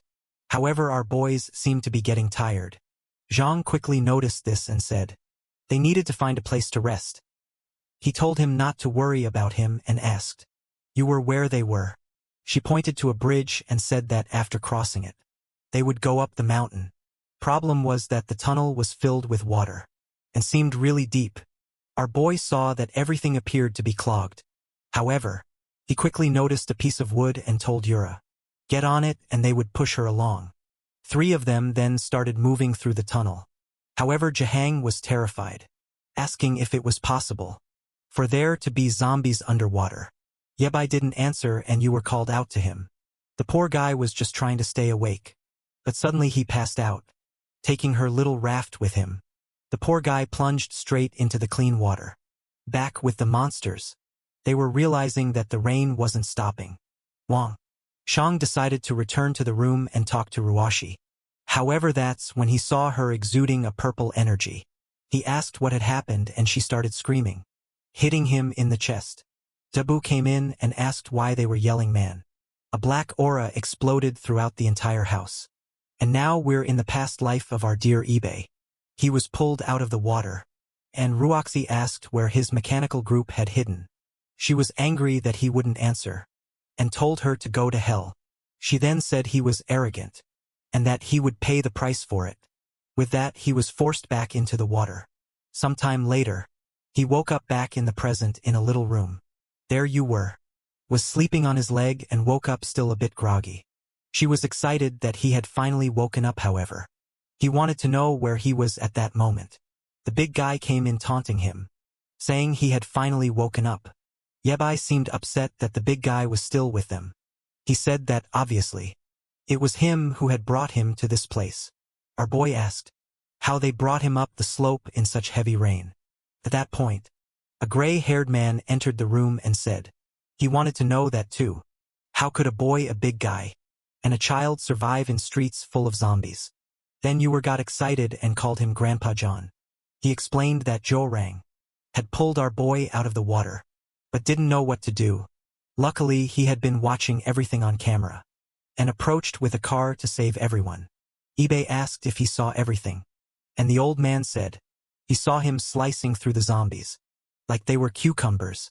That weapon of his was incredible, and he wanted to know where he had gotten it. Our boy stood up and said he couldn't say where, and demanded it be returned immediately.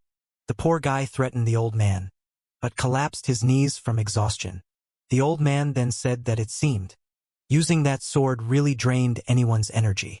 He apologized for not introducing himself. He said his name was John, and he could be called Professor John. This was his lab, where he conducted research on the zombie virus. Ibe seemed to recognize the name. Then he remembered that the first researcher to name the black energy, metal pearls, was this guy to a futuristic mechanic like him. This guy was a genius. Our boy hesitantly asked if he was really Professor. Jean embarrassed. The old man said that the title Professor was just something he liked to use, because it sounded nice, but in reality, he was just a guy messing around. However, he was curious about that weapon, which could save humanity, and wanted to take a look at it. Yabai thought that if he was really the Professor Zhang, it might be worth it, but he crossed his arms and said he had something even better for him to research. That was a live zombie downstairs. The old man showed them everything on the table. His weapon was there, and the old man said he had just analyzed it. Nothing more with that. Our boys stood up and the old man was startled, saying he nearly broke his back trying to lift it. Our boy looked around and said that this place was incredible. With a workshop like that, could make even better weapons. The old man asked if he had created that thing, and our boy confirmed it at that moment. The old man got excited, saying he wanted to see him make another. However, our boy said the manufacturing process was a secret. The old man complained, saying that was bullying. Our boy just said that if he gave them some good food for a few days, he'd think about it, and on the old man's monitor, he'd already seen information about the two of them. A long time ago, man. There isn't a single day of rest in this apocalyptic world. I even feel sorry for these zombies, who are stuck with wet feet all the time. From inside the base, Yor was watching the cameras. When John came in with a coffee, saying he was glad she was there, she said she was trying to do everything she could to help, and John congratulated her for keeping an eye out for more survivors. However, he warned that, unfortunately, there was still no news of her father. She said that her father and Professor John were good people, so she was sure he was okay. The old man then approached and asked if those two who came with her were really good people.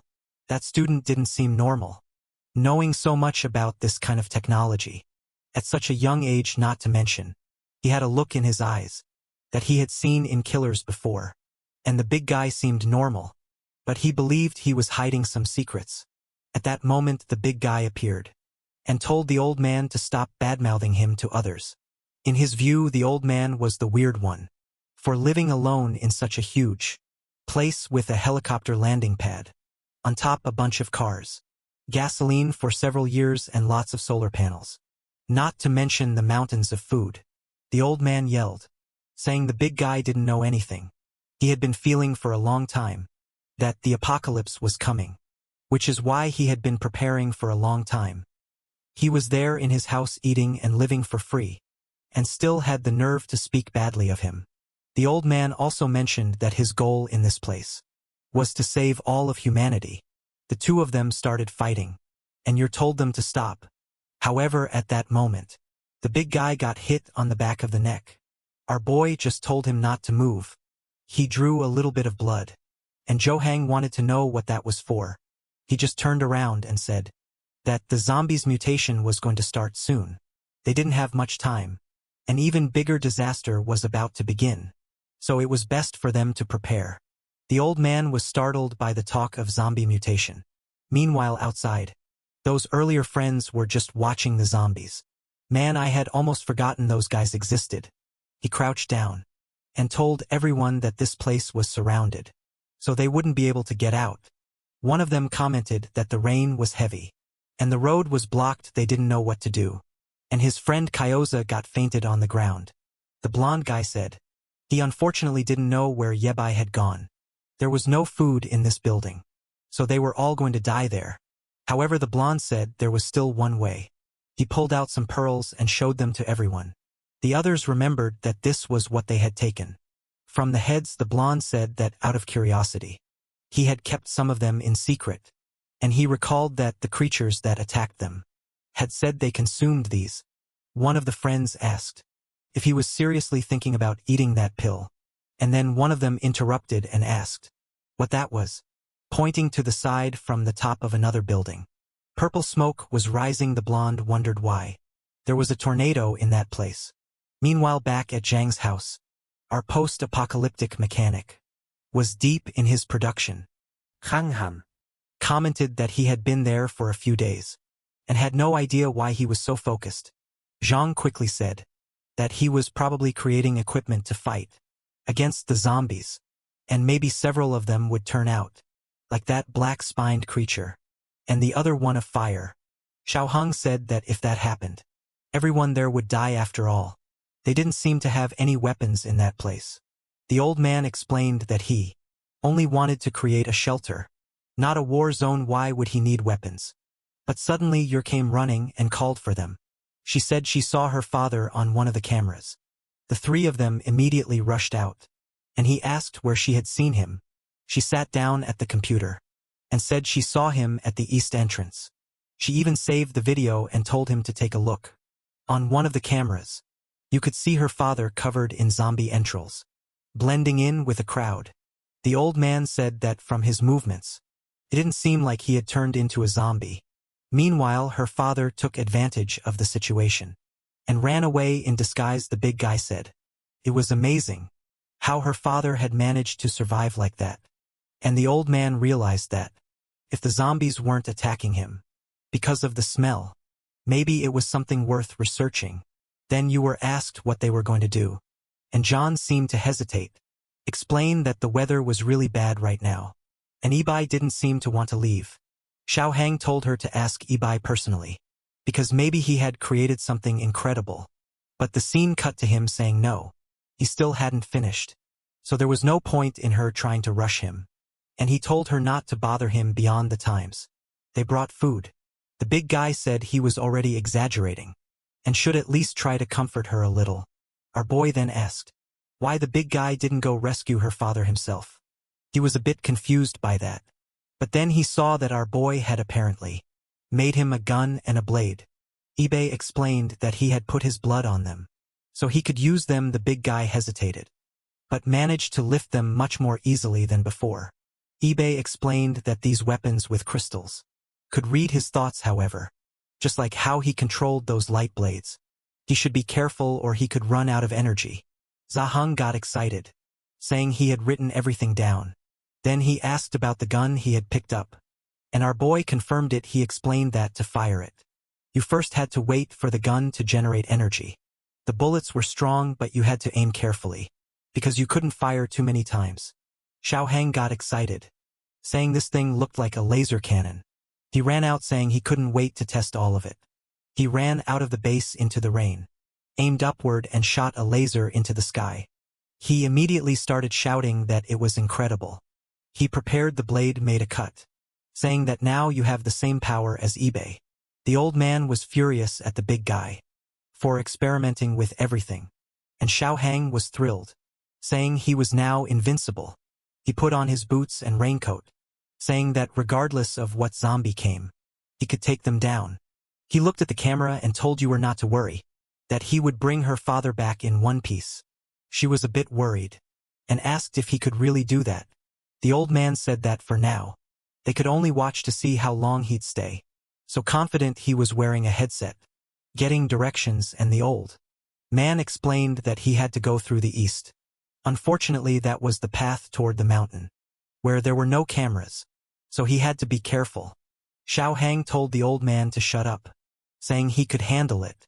He follows the path and soon gets excited when he sees a bunch of zombies coming his way.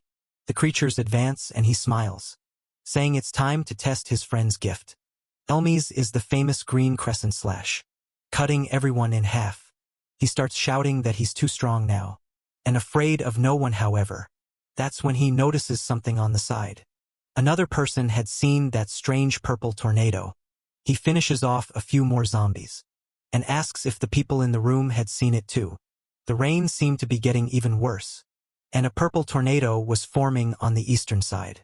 The old man said the camera couldn't see it, but the detectors were showing wind speeds. Close to level 6, it was very dangerous to stay outside, so we should return to the house quickly. Zhao Hang apologized to you and said that, unfortunately, he couldn't win against the power of the gods. An old man Zhang told Yue to stay calm, assuring her that her father would definitely find a place to protect himself. Zhang then approached the gate. Suddenly the alarm started blaring, and the old man got scared going to see what happened. He didn't told everyone to calm down, saying he had only brought a zombie, because it seemed Yebai had asked him to bring one. Excited to see the zombie was alive, he said to wait a moment and ran off, saying he'd be back in a second. The old man, just as excited, noted that it was still alive. Alive is a strong word for that creature. The old man praised the big guy who got all excited, and Yue was happy to see that. They seemed to be getting along better. Meanwhile, Hebei was in his production phase. The boy had already completed all the mechanics for the arm.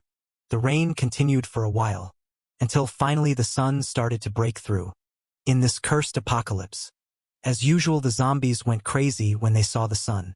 They went so wild. They all started transforming.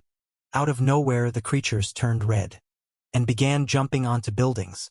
There was a poor little girl, all happy that the sun had come out, until one of the big ones showed up, and the creature was face to face with her. Her father heard a scream and immediately went to see what had happened. The whole family became a meal now. The zombies had really evolved, jumping and invading everyone's homes. There was no longer a single safe place in that building. The schoolmates of our boy were fleeing in desperation. One of them was about to be captured, but the zombie got hit on the back of the neck, and someone hit another one in the head. The albino appeared. He pulled out the pill and looked at his friends. They immediately recognized Feng, the blonde who had been thinking about eating the pill. The scene then shifted to the street, where a bunch of zombies were running. They were all lined up, and at the top of building was dear Roxy, with her 2 zombies by her side. Jabot remarked that it was amazing how they were moving so orderly. Roxy laughed. She said she had been suffering for many days and wanted to know if they had found Yibai's location. Wang Shang said he was in a house on the mountain that looked like a research lab, and it would be easy to get in and kill him. Roxy, however, said that wouldn't be any fun. She wanted to make sure he knew exactly who was behind his death, and before that, she wanted him to feel the despair closing in. Back at the house, Zhaohong and Yue were about to leave, but then they heard an alarm, and Zhaohong asked what that sound was. The old man immediately told them not to go out, because something very big was coming. And strangely, a bunch of zombies was gathering in the city. The weirdest part was that they seemed to be coming straight for them. Dalhang, scared, asked how many there were. The old man said there were at least 1,000. The big guy was confused and asked if they were the last humans alive in this place. The old man replied that he had no idea, but it would be best to inform Yi Bai about it. The big guy ran off and banged on the door, calling out to our boy, saying that over 1,000 zombies were coming. Our boy said the professor had already told him. The big guy, excited, asked if he was ready to kill them all. Our boy replied that he was not ready at all, scared. The big guy then asked how he was going to deal with these creatures. Yebai said he had told them to hurry up and start learning how to handle these situations. He still hadn't finished his research, and if this guy was the real Professor Zhang, He knew that the two of them together could solve this. The big guy said. None of what he was saying made any sense. But Yubai stayed silent and continued working. With that, the big guy left, saying that, in the end, he could only rely on himself. He climbed a tower, and when he looked down, he was shocked the horde was already at their doorstep. He already figured that even the walls of this lab wouldn't withstand a group that size. He ran to the car, saying he couldn't let them gather around. The old man was scared, wondering what he was planning. The big guy said to open the gate, because he had a strategy, and if it didn't work, everyone had better escape from this place. Yo. You were screamed. But the next second he was already outside. He passed in front of the zombies, pulled out his gun and fired the laser. With that, he wiped out the first group. He was excited because there were so many creatures. He didn't even need to aim properly. He kept shooting and blowing everyone up. But from a distance, Roxy was watching all of this. That damn girl is a villain. But she's dangerous. Wang Shang was on top of the tower, impressed with the weapon Xiaohang was using. However, Roxy just wanted to see how long they would last. Zhang kept shooting and blowing up the zombies. The problem was that no matter how many they killed, the number didn't seem to be decreasing. Then suddenly a fireball hit right under the car's tire. At that moment, you were and the old man screamed, and man, the car almost flipped over. Zhao Hang had to get out through the door. But standing right in front of him was the fire zombie. He got angry that this damn girl had launched such a sneaky attack. He fired a shot at her, saying he wasn't afraid anymore. However, she dodged it and launched another fireball. Zhao Hang dodged too, pulling off a midair matrix move and fired a bullet. The creature fled, and he called her a coward, telling her to come back. The problem was that now he was surrounded by zombies. He fired a few more shots, and Grandpa Zhang told him to return immediately, because it was impossible for him to make it out alive. Xiao Hang started running, realizing he had fallen into a trap. But here came Wang Shang from above. There was no way for Xiao Hang to escape. But man, this big guy was fast. Dodging again, he fell to the ground on his side, and almost landed a shot. He pulled out the blade and nearly landed a slash. As well, impressive. He was fighting face to face with Wang Shang. Wang Shang wondered how this big guy seemed more agile than Ibai. He extended his weapon and told Zhao Hang to die. The creature ran off. Man, this bald big guy made everyone flee. Meanwhile, Ruashi was watching from atop the tower. Here she comes up to no good. At that moment, the zombies that had been standing still started running toward him. Zhang was confused as to why they suddenly moved so differently, but he still had the sword Ibai had created, and unleashed the green crescent slash. The problem was that they were coming so fast. He couldn't kill them in time, and he started trying to flee. What's this? Zombies Reagan being thrown at him. The poor guy wondered why these creatures were raining down on him, and the monsters kept falling beside him. Obviously, it was Wang Shang practicing his zombie throwing skills. He grabbed another one and threw it at Zhao Hang. Zhang had to use one of his guns, bullets, to blow it up in the air. He kept running but was now begging to be saved. At that moment, one of the thrown zombies landed and grabbed his leg. In a tight hug, man came in for a bite. Luckily, Zhang managed to slash it. The problem was that he had fallen to the ground now. There was no time to get up, so his only chance was to land a shot. But then a green light appeared. An energy wave swept through everything in front of him. A second cannon shot passed by. Wang Shang and the other one looked, trying to figure out what was happening. Ahead of the zombie horde, there were flashes of light rising. Another barrage passed by, and then came a massive punch, like something out of Transformers. What's this, man? Our boy turned into Optimus Prime. The kid had built claws and legs. He was fully equipped. Wang Shang got all excited, saying he had finally arrived. The old man celebrated, saying the boy was amazing. The big guy was impressed by all the armor our boy had built over the past few days. But Ibai told him to focus, because the enemy was nearby. He ordered him to go back and kill the zombies on the right side. Meanwhile, he would handle the ones on the left until the main creatures showed up. Wang Shang said that with him here, he was confident they could win this. Immediately, he went back to blasting the creatures. Ibai looked around. and even activated a booster on his robot. The kid took off flying, activated his giant Optimus Prime hand, and smashed everything. Man, this kid had become insanely strong. The big guy was impressed, saying he had gotten just a bit too strong. At least after killing so many zombies. They were sure. They have plenty of pearls to produce more weapons. Excited, he went back to finishing off more zombies. That damn Roxy was still watching from afar. Wang Shang, scared, said that with this new power, there was no way they could get close.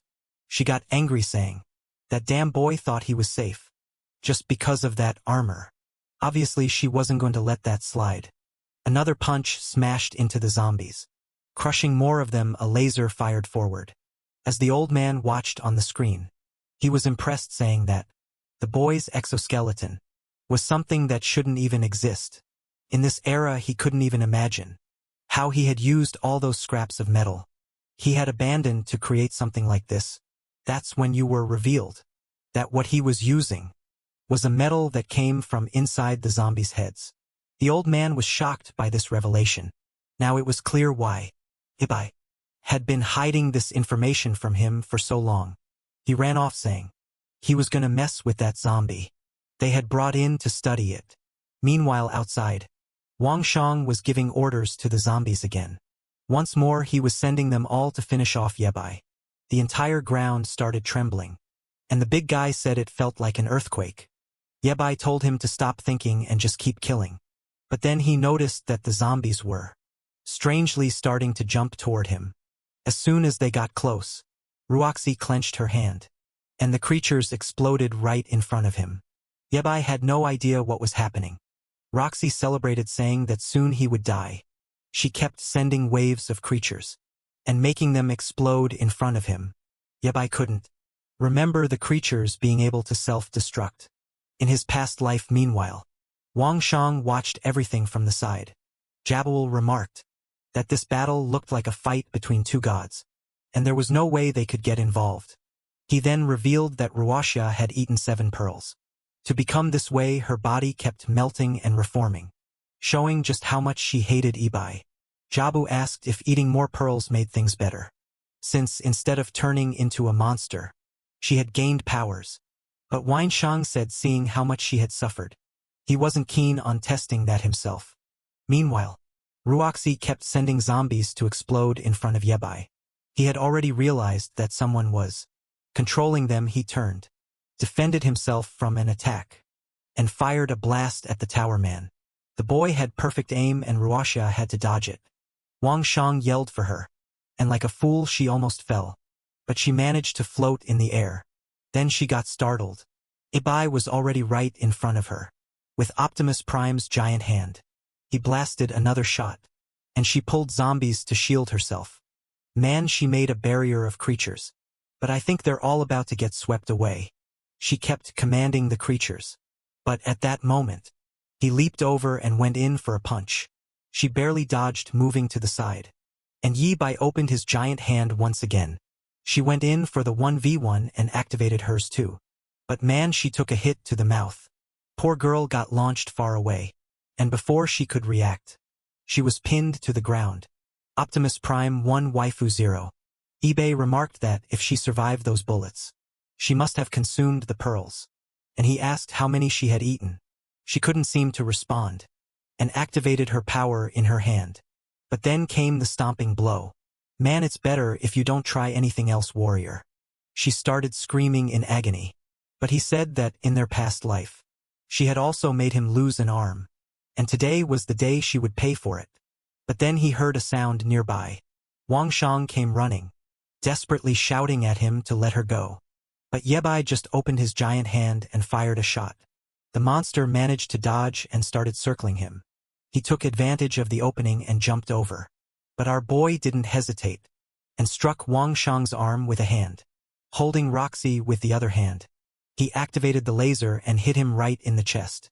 Man, bad luck for the fool who was thrown far away. Seen Wang Shang defeated and Ruashi easily captured, Jubo knew she had no chance. Perhaps her best option was to flee that place. The poor girl was still crushed under the giant robot. Our boy remarked that it was crazy how she seemed to be one of the chosen ones. since she had consumed pearls, and still maintained a human form. However, he knew how dangerous she was. So to avoid future problems, he was going to finish her off now. But just as he was about to crush her, the zombies started to transform. Yebai was shocked, and wondered why they had already reached rank 1. Yu reported that more and more zombies were surrounding the lab. Zaohang was holding the line, but some had already broken through, and were climbing the walls. Ruashi started laughing. She said they were all going to die and become her zombie slaves. Tired of it, Ibai threw her far away, and she crashed into the zombies. He prepared his giant hand and unleashed a double laser. He clearly fluffed, thinking she was dead. But you know how stories go. She probably still alive, right? Meanwhile, the big guy was panicking, because his gun ran out of ammo. He only had the sword left. But he was surrounded on all sides. And right at that moment, a rank 1 zombie jumped at him. He barely reacted in time, and defended himself with the sword. He wondered if this was a new ability user. He slashed right down the middle of the creature. But instead of slicing cleanly, it only left a scratch. He was terrified. He looked back, and all the creatures were starting to transform. The entire base was completely surrounded by zombies. And more kept coming. Zao hanged slash at one of the creature's chests, and started running. He had no idea what kind of monster this was, because the sword wasn't working anymore. Maybe these were the rank 1 mutants Ibai had mentioned. Yura kept calling for Xiao and asking if he was okay. At the same time, some creatures had jumped over the barrier and were approaching the research area. But John was focused on his research and didn't care about what was happening outside. Zhao was trying to escape, but couldn't locate Yebai and had no idea how to get back into the base. Then Optimus Prime showed up and grabbed the big guy. Zhao was overjoyed and asked if now their boy could fly. He replied that it was just a jump with some gliding, and ordered him to go kill the creatures approaching the lab. Now, to kill these rank 1 creatures, it would take more than 1 slash. But you should be careful, because these creatures were much more agile than before. The big guy collapsed on the ground exhausted, saying he could finally breathe a little. At that moment, Ibai jumped to the top of the gate, prepared the Optimus hand, and began evaporating everything in sight. The problem was that while he was clearing one side, the creatures were invading from the other. The big guy was exhausted, calling out to Yuer saying he was thirsty. He then heard something nearby, and saw a creature approaching. It was getting close when he managed to grab the blade, and stabbed it in the chest. He threw the first one to the ground, and ripped it in half. This kid doesn't stop, and hit it again. Then Yuri appeared, saying she brought the water he asked for. She asked if Zhao Hang was okay, and upon getting closer, remarked that this zombie was different from the others. Inside the creature's head, he found a red pearl. Meanwhile, Professor Zhang finally found what they had been talking about. Even though the stone was dull, he could see a strange green light within it. The question remains whether humans become mutants because of this metal, or if the metal forms when they turn into zombies. It was a year to uncover all the secrets of that material. Meanwhile, outside, our boy was cleaning up the place. He killed one here, smashed 2 more there. A swipe of his hand, and he finally said it was over. He shouted from outside, telling the big guy to come collect the pearls, because he had cleared everything. Zao Hang gave a thumbs up, saying he was really efficient. Upon seeing the pile of dead monsters, the big guy complained that it would take forever to gather them all. He even turned to Yibai, saying that if he helped him gather them, he also wanted a mecha for himself. Our boy said he'd think about it later, because now he needed to sleep. But then the old man came over to talk to him. He said it was time for Yibai to reveal all the secrets about that strange pearl. Meanwhile, outside, the big guy started his digging. There were so many creatures, and the most annoying thing was having to do it all alone back at the base. Grandpa Zhang was fascinated by the rare metal. Ibai explained that this pearl starts forming in the brain. As soon as a person becomes a zombie, the longer it's exposed to light, the more energy the item accumulates. It was as if the zombies themselves could perform a kind of photosynthesis. The old man said, it was interesting to know that's how it worked. but after analyzing it he hadn't found anything to match what Yi Bai described. However, he did notice that inside this item, there were some active metal molecules that seemed to react to light and heat. Additionally, it was extremely resistant and had an affinity for both metal and blood. Ye Bai confirmed, saying it had a special affinity for human blood. That's why the virus spreads much faster in humans than in any other species, and the absorption of light makes them continue mutating after a certain period of time. The old man said that now it made sense why, during the day, these zombies would just stand in the middle of the streets, staring at the sun. However, today they were strangely running around like a bunch of lunatics. Ye Bai explained. It was because they were being controlled by an ability user. The old man asked if he was talking about the spike creature, or the one that used fire and threw flames. Ye Bai explained that those two were normal mutants. However, the one control in the zombies was a high-ranking mutant from his class named Ruoxi. The old man was confused, realizing that this item caused so many changes in the human body. eBay said they had researched it for a while, and the only thing he knew was that if you consume the item you would undergo a mutation ability. Users had always been a threat, which is why they needed to be killed as soon as they were discovered. The old man was still confused by the item, the mutations, and now the rankings of zombies. He told our boy that he was sure the school didn't teach any of this, so where had he learned it? Ibai just said that maybe he could tell him in the future, but it would be more valuable if the old man figured it out through his own research. The old man then said he wanted to take a look at the new weapons Yi Bai had created. Yi Bai, exhausted, said it was fine, as long as he didn't take apart the mega, because he was going to use it again. The old man left excited, while Yi Bai said he was going to sleep, because he was completely worn out. You're just watch today. She wanted to ask our boy for help in rescuing her father. However, she knew that he had fought all day and must be really tired, so she placed a small blanket over him and sat beside him, thinking about how much she missed her father. The sun was already setting outside. The big guy was so tired he couldn't move anymore. He thought it would be amazing to have an item that could easily extract these pearls. What he didn't see was that a creature was watching him. It was Jubo, thinking that everything was over, since thousands of zombies had been killed in one day. She believed that Wang Shang and Ruoxia had been killed, so she was wondering whether she should surrender. The problem was, she knew she would be killed without hesitation, because she was a monster. The bigger issue was that these new, ranked 2 zombies seemed to be attacking even creatures like her.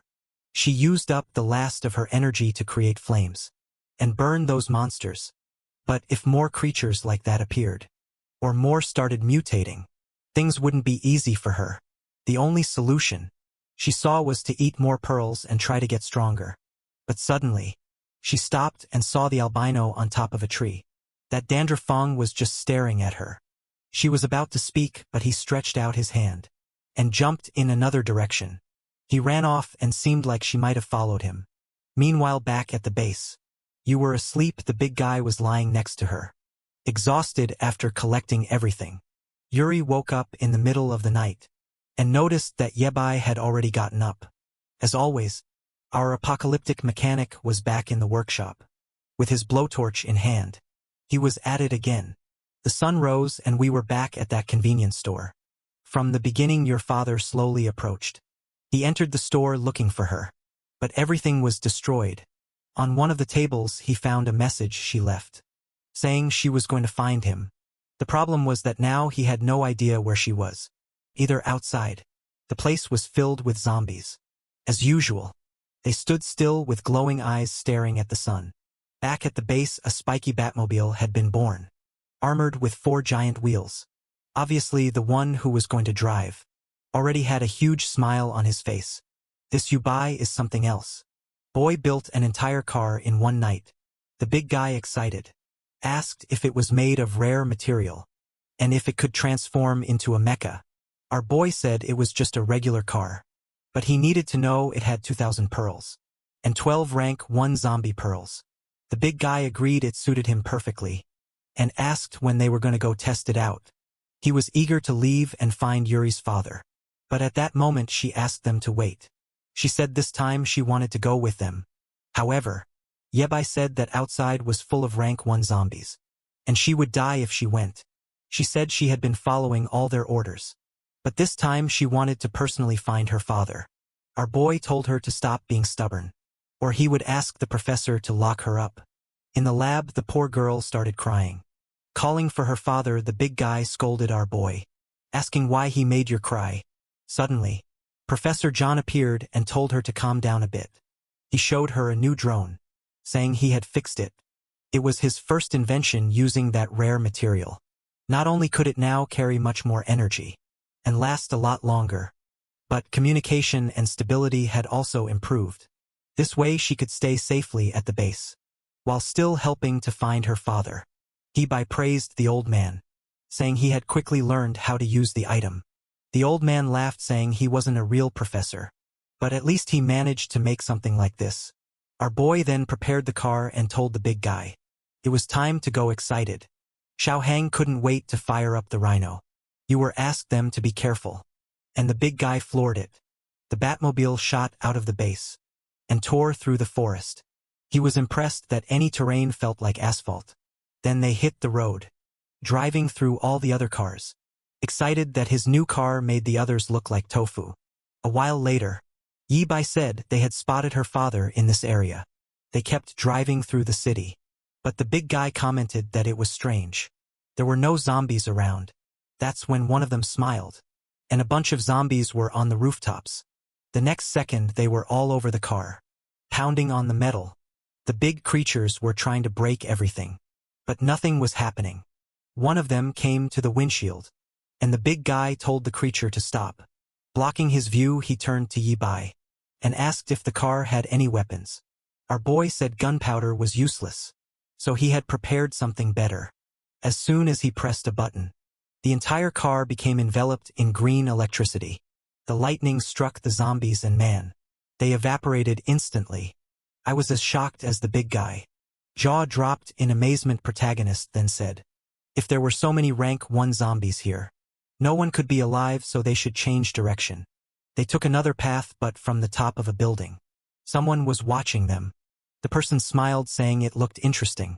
They approached what looked like a shopping mall, and the big guy said that was where they had seen her father on the cameras. Our boy said to release the drone, and told you were to start searching for him. With that, she began flying the drone, checking each of the rooms. The big guy asked what they should do in the meantime. Our boy said if he wanted to check out the lower floors, he could, but for now he was going back to sleep. The big guy said he felt safer in the vehicle, so maybe a good idea would be driving around. And honking the horn, they kept driving down the road. And Yu said she saw some zombies approaching them. The big guy got scared for a second, but then got excited to test the new weapons. He pressed a button and spikes popped out of the tires. With that, he drove toward the creatures and sliced through everything. Another button fired a laser, evaporating half the street.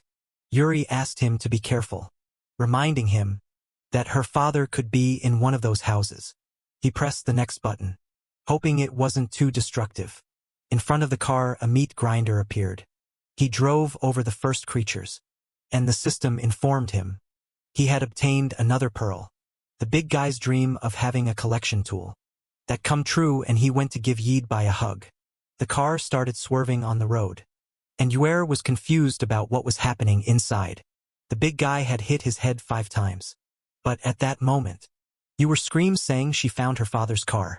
It was about 500 meters away, and she was sending the images. Xiao Hang told her not to worry. They would find her father. However, she mentioned that the car was broken, and the windshield was damaged. She was worried something had happened to her father when he came to get those supplies. Yebai told her to check the drone to see if he left a message, because he probably wasn't too far away. Yuer was still worried, wanting to know where her father was. Suddenly she started to faint and slammed her face onto the keyboard. Immediately the old man rushed toward her, not understanding what was happening. Back with Xiao Hang sometime later, he stopped the car. Ibe asked the professor how Yuer was doing. He explained that she had fainted, and it seemed her illness was progressing. Apparently, she had been so focused on helping find her father that she forgot to take her medication.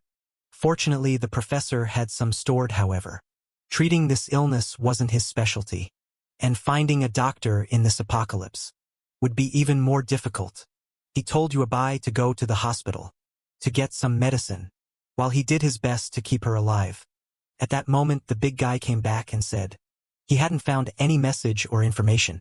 Inside the car, what was strange was that her father had left a lot of supplies behind. So after the crash, you must have run off in a panic. Additionally, the big guy found something odd.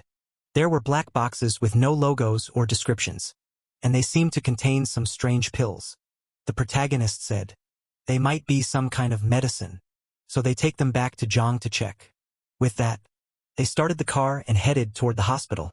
The professor said that for now, he would keep an eye on you, so he wouldn't be able to help them with the drones. Back in the car, the big guy was sad to learn that you had leukemia. Now he understood why Yabai hadn't allowed her to come with them. He talked about finding the medicine, but Yabai told him to shut up and just drive to the hospital. Yabai knew that in 2 years, all the supplies in the city would run out, and this place would become an abandoned wasteland. And the worst part was that, at the current pace, it was happening faster than he expected. Maybe in the end he wouldn't be able to change anything. And perhaps it was better to consider a different option than letting her live in this miserable world. The scene shifted to someone injecting a liquid into Jubo's arm, which immediately began to regenerate.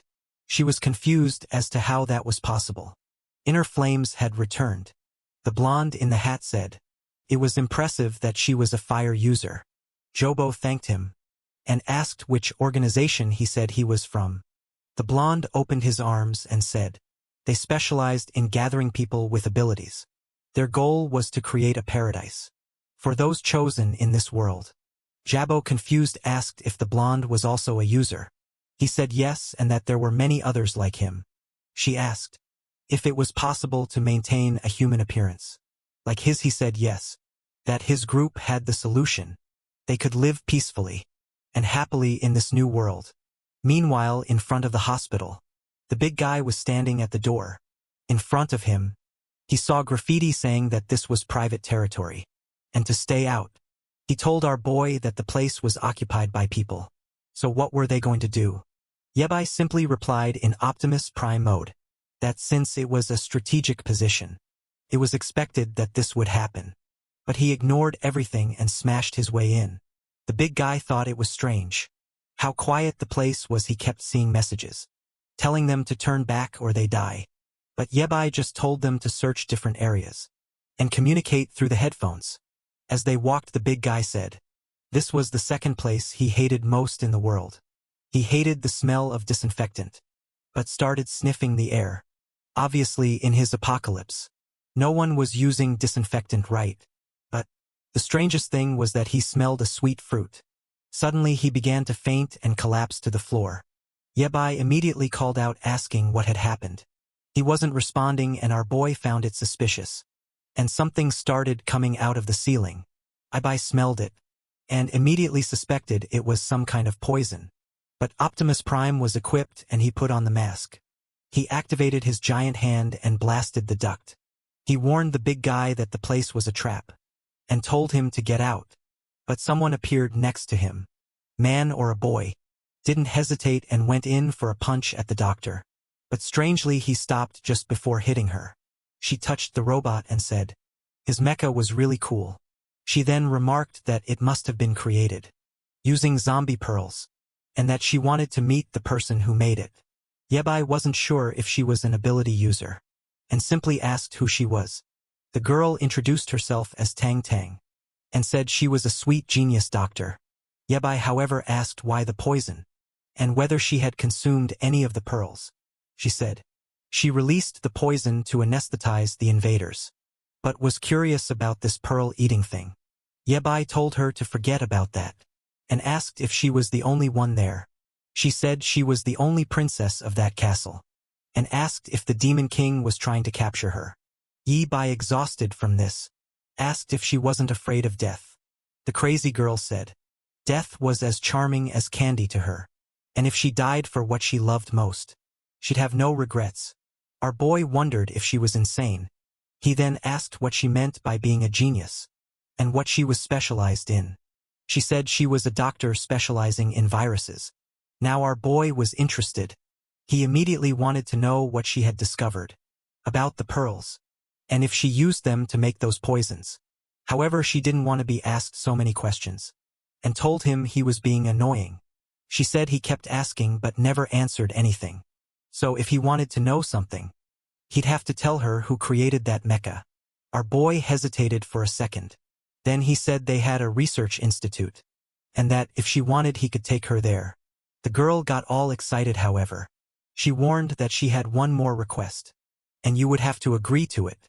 The scene shifted to a desert, where a car was parked in the middle of the road. Zhang called out for someone named Hakan, and asked where she was. The girl responded, saying she hated people who broke promises, and asked if someone named Shao Kai had arrived.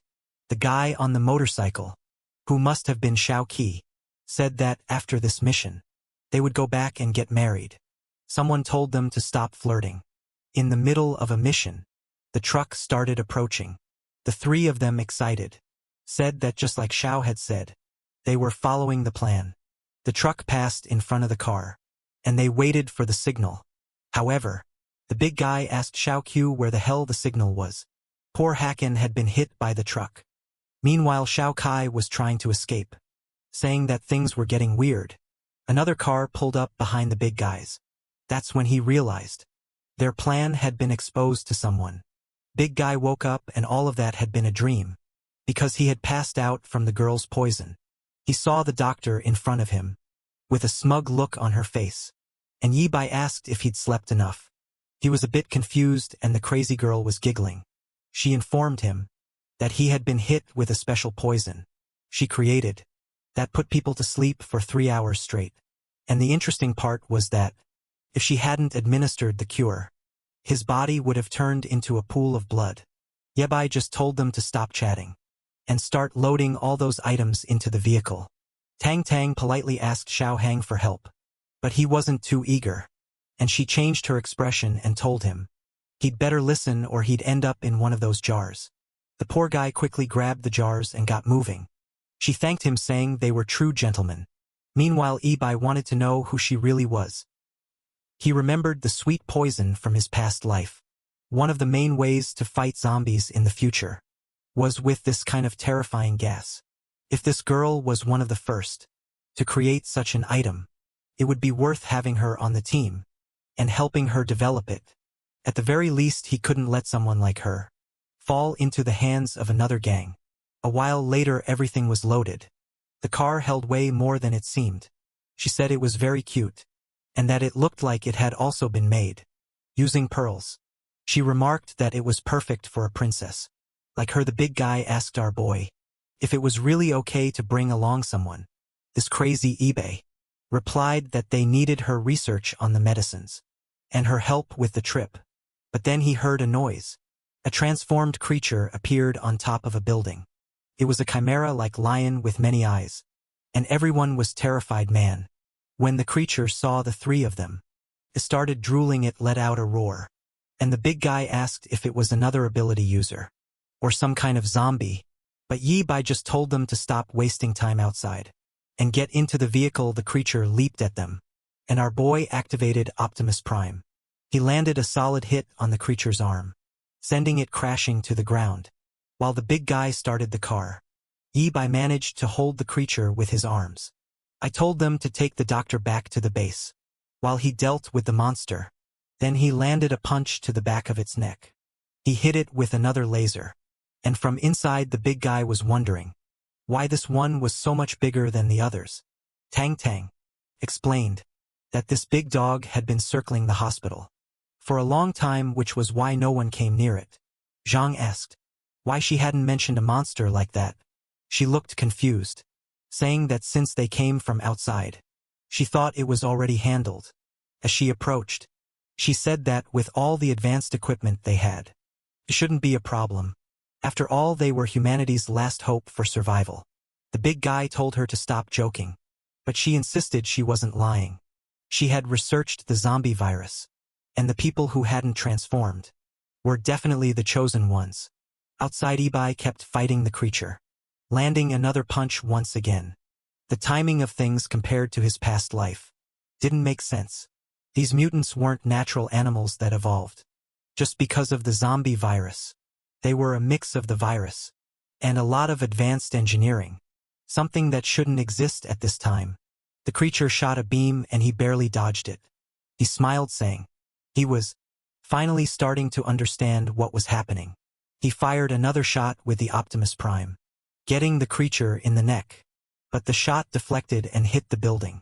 Yabai realized that the creature was still able to reflect his attacks. The beast charged at him and swept its claws. But he dodged to the side. He grabbed one of the bosses and started wrapping around it. With that, Yabai told her to stop being so disobedient and tore 2 pieces from her back. The monstrous creature collapsed to the ground. Exhausted, she fired another beam, but Yabai easily blocked it with his hand. He said that her movements were now useless, and it was his turn. He launched himself at her with the robot, charging forward with one strike. He get her square on the head, and started smashing her into the ground. Man, the boy was brutal when he finished off the monster. Among the remains he found a massive pearl. Our boy examined it in his hand, and said that once he transplanted something like this, things would get much easier than before. Meanwhile, the blonde guy on top of the building was watching, and said this was going to give him quite a headache. Ibai called the big guy asking if they could hear him. Unfortunately, they were already too far, and the signal wasn't working anymore. It was time for him to head back. So he started flying with the Optimus. As he passed by the buildings, he glanced to the side and saw the blonde guy. The blonde waved and said it was a pleasure to meet him. Man. Ibai immediately stretched out his hand and blew him up right in front of him. The blonde appeared on another building and asked if Ibai had some kind of prejudice against ability users. Ibai didn't hesitate and sent another explosion his way.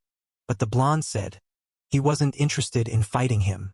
He teleported onto the robot's arm and said he was just there to deliver a message and wouldn't take long. Ibai crushed him with his hand. The blonde said if he wanted to chat in that position, it was fine with him. He then introduced himself as Song Bin and invited Ibai to visit him. In the northern district, Yabai continued crushing him, while the doctor said he was interested in calling the medical girl. However, when he looked at his hand, the guy had disappeared. It seemed he had some sort of body substitution ability. The threat wasn't huge, but it was extremely difficult to deal with. Something like that. And the strangest part was that the damned secret organization was already forming. Yabai didn't want to think about it, but he had to prepare for the worst. Interestingly, the name of the secret organization was actually Secret Organization. These guys weren't too creative, but Yabai knew that in 50 years, it would control most of the resources, and the organization's goal was to create a world dominated by ability users. That mutant beast was probably created by them, and they had likely been watching him for some time. It did make sense for this organization to already exist, which meant they probably had someone from the future. As well, the Batmobile arrived at the base. Tang Tang said it was a pretty normal place to have created that metro car. The big guy remarked that she had some guts, coming to a place she knew nothing about. But she said she trusted her intuition. She then asked Xiao Hang to hurry up and take out the experiments, saying she was doing it for your. The old man appeared and said it seemed they had really found a doctor. Tang Tang immediately approached and asked if he was the professor who created the mecha and the vehicle. Before he could say anything, she said she already knew it was him, and that she was especially here to listen to him. The doctor commented that he dressed sloppily, but was clearly a mad scientist. Grandpa John was confused, wondering where Yi Bai had found this crazy girl. However, he did recognize the name Professor Tang, and knew she was a young genius with a PhD in viruses. She said she was honored and was clearly flustered. Meanwhile, The old man wondered how a girl like her had survived. But she just had to cut the small talk, adding that she was there to research the pearls with him. He was impressed that she had one of the pearls, and praised her, saying it was amazing that she had created the mecha. In the car she called it black gold, and asked if he had come up with that name. Now Grandpa. Jean wasn't sure if he should reveal that he wasn't the one who created any of it, especially since it seemed she knew less than he did. And as far as he knew, you buy one to keep a secret. He then spread his arms and told her they could work together, because he had made some new discoveries. However, first she needed to help him with something else. Scene shifted to the medical room, where Yue was lying in bed. A while later, Tang came out and the professor asked how she was doing. Tang took off her mask and asked if Yue was his granddaughter. The old man said not exactly, but he considered her as such. Tang made a hand gesture, and the old man asked if that meant the girl was okay. Tang said no, so the old man asked if it meant she had 3 years left. Tang corrected him, saying she had 3 months. She had seen many people with the same illness, and had no idea how the girl was still alive. Her body wouldn't accept any treatment in this state. And the worst part was that there wasn't much they could do. John asked if she was telling him to accept that the girl was going to die. But Tang said maybe they could use that. A while later, Yer began to wake up. She overheard the old man outside, asking if they were really going to give her that medicine.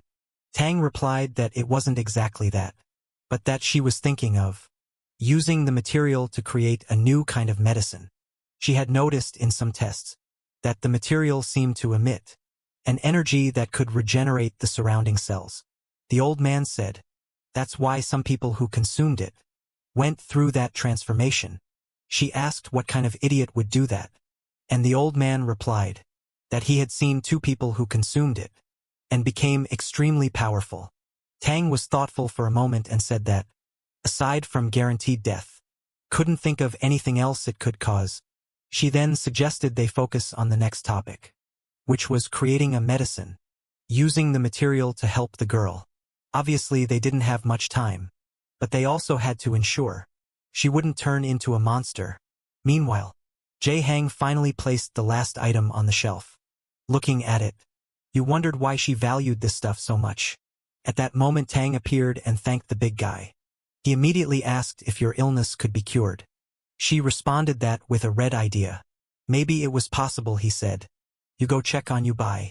But she said there was no need, since he seemed to be handling things just fine. As he was leaving, she asked about them searching for your father.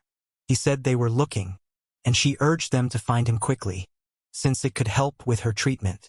Back in the city, Heibai was on top of a building with a giant robot.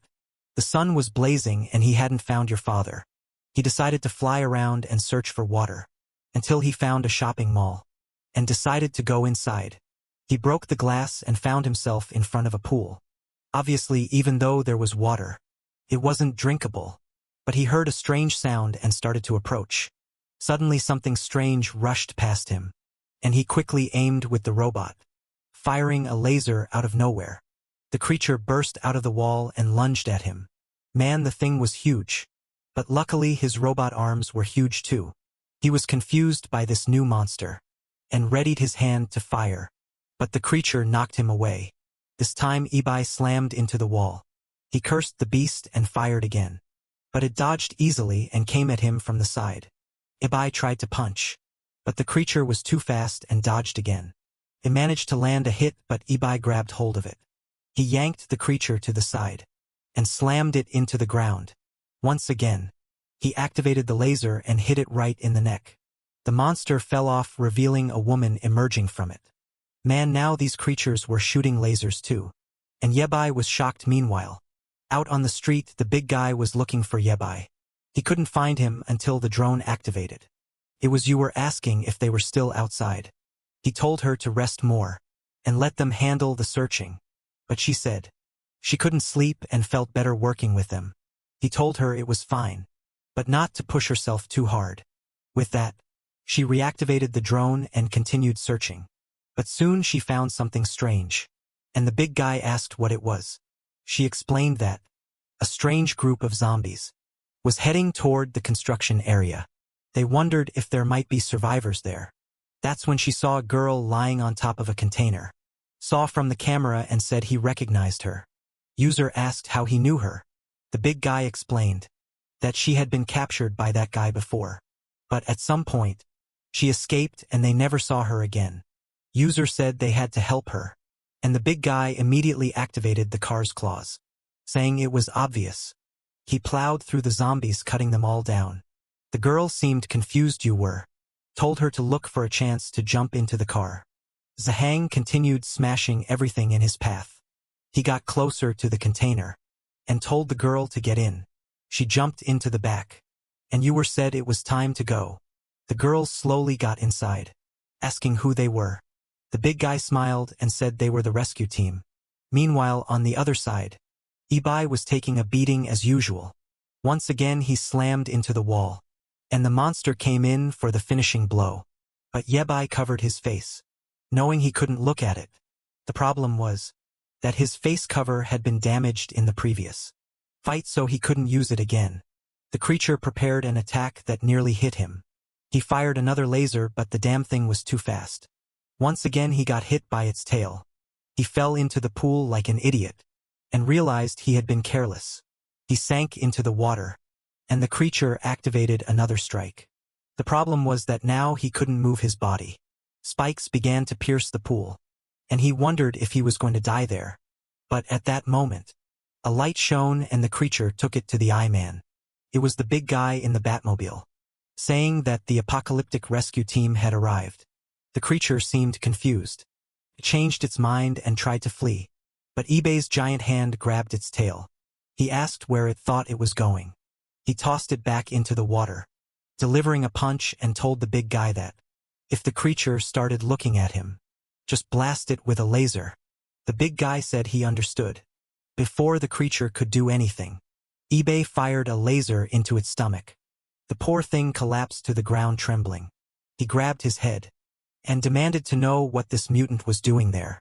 He wanted to know if she had been sent by the organization to kill him. The girl just stared, and he told her to open her mouth, or he'd crush her head at that moment. She reacted when he mentioned the secret organization. Lena became desperate, saying she didn't want to go back to that place. The big guy asked how this girl had also turned into a monster. At that moment, the monster recognized the girl in the car and started calling her Lena. Ibai told her to stay still or he'd finish her off. Lena got out of the car and began asking if the creature was Annie. The creature under Ibai's hand kept calling out to her. The big guy mentioned to you were that maybe she was another person, transformed by the black material. Lena approached and asked her sister how she had ended up like that. The girl explained that she had undergone experiments by an organization. She had no idea of the pain she was feeling. Ibai then told her to move away, saying he'd end her suffering. But Lena begged him not to kill her, because even transformed she was still. Here, sister, you were. Stepped in front of Ibai and asked him to wait. A moment Ibai warned her to get out of his way, or he'd smash that drone. Your pleadings, saying they had just reunited, and it couldn't take her life like that.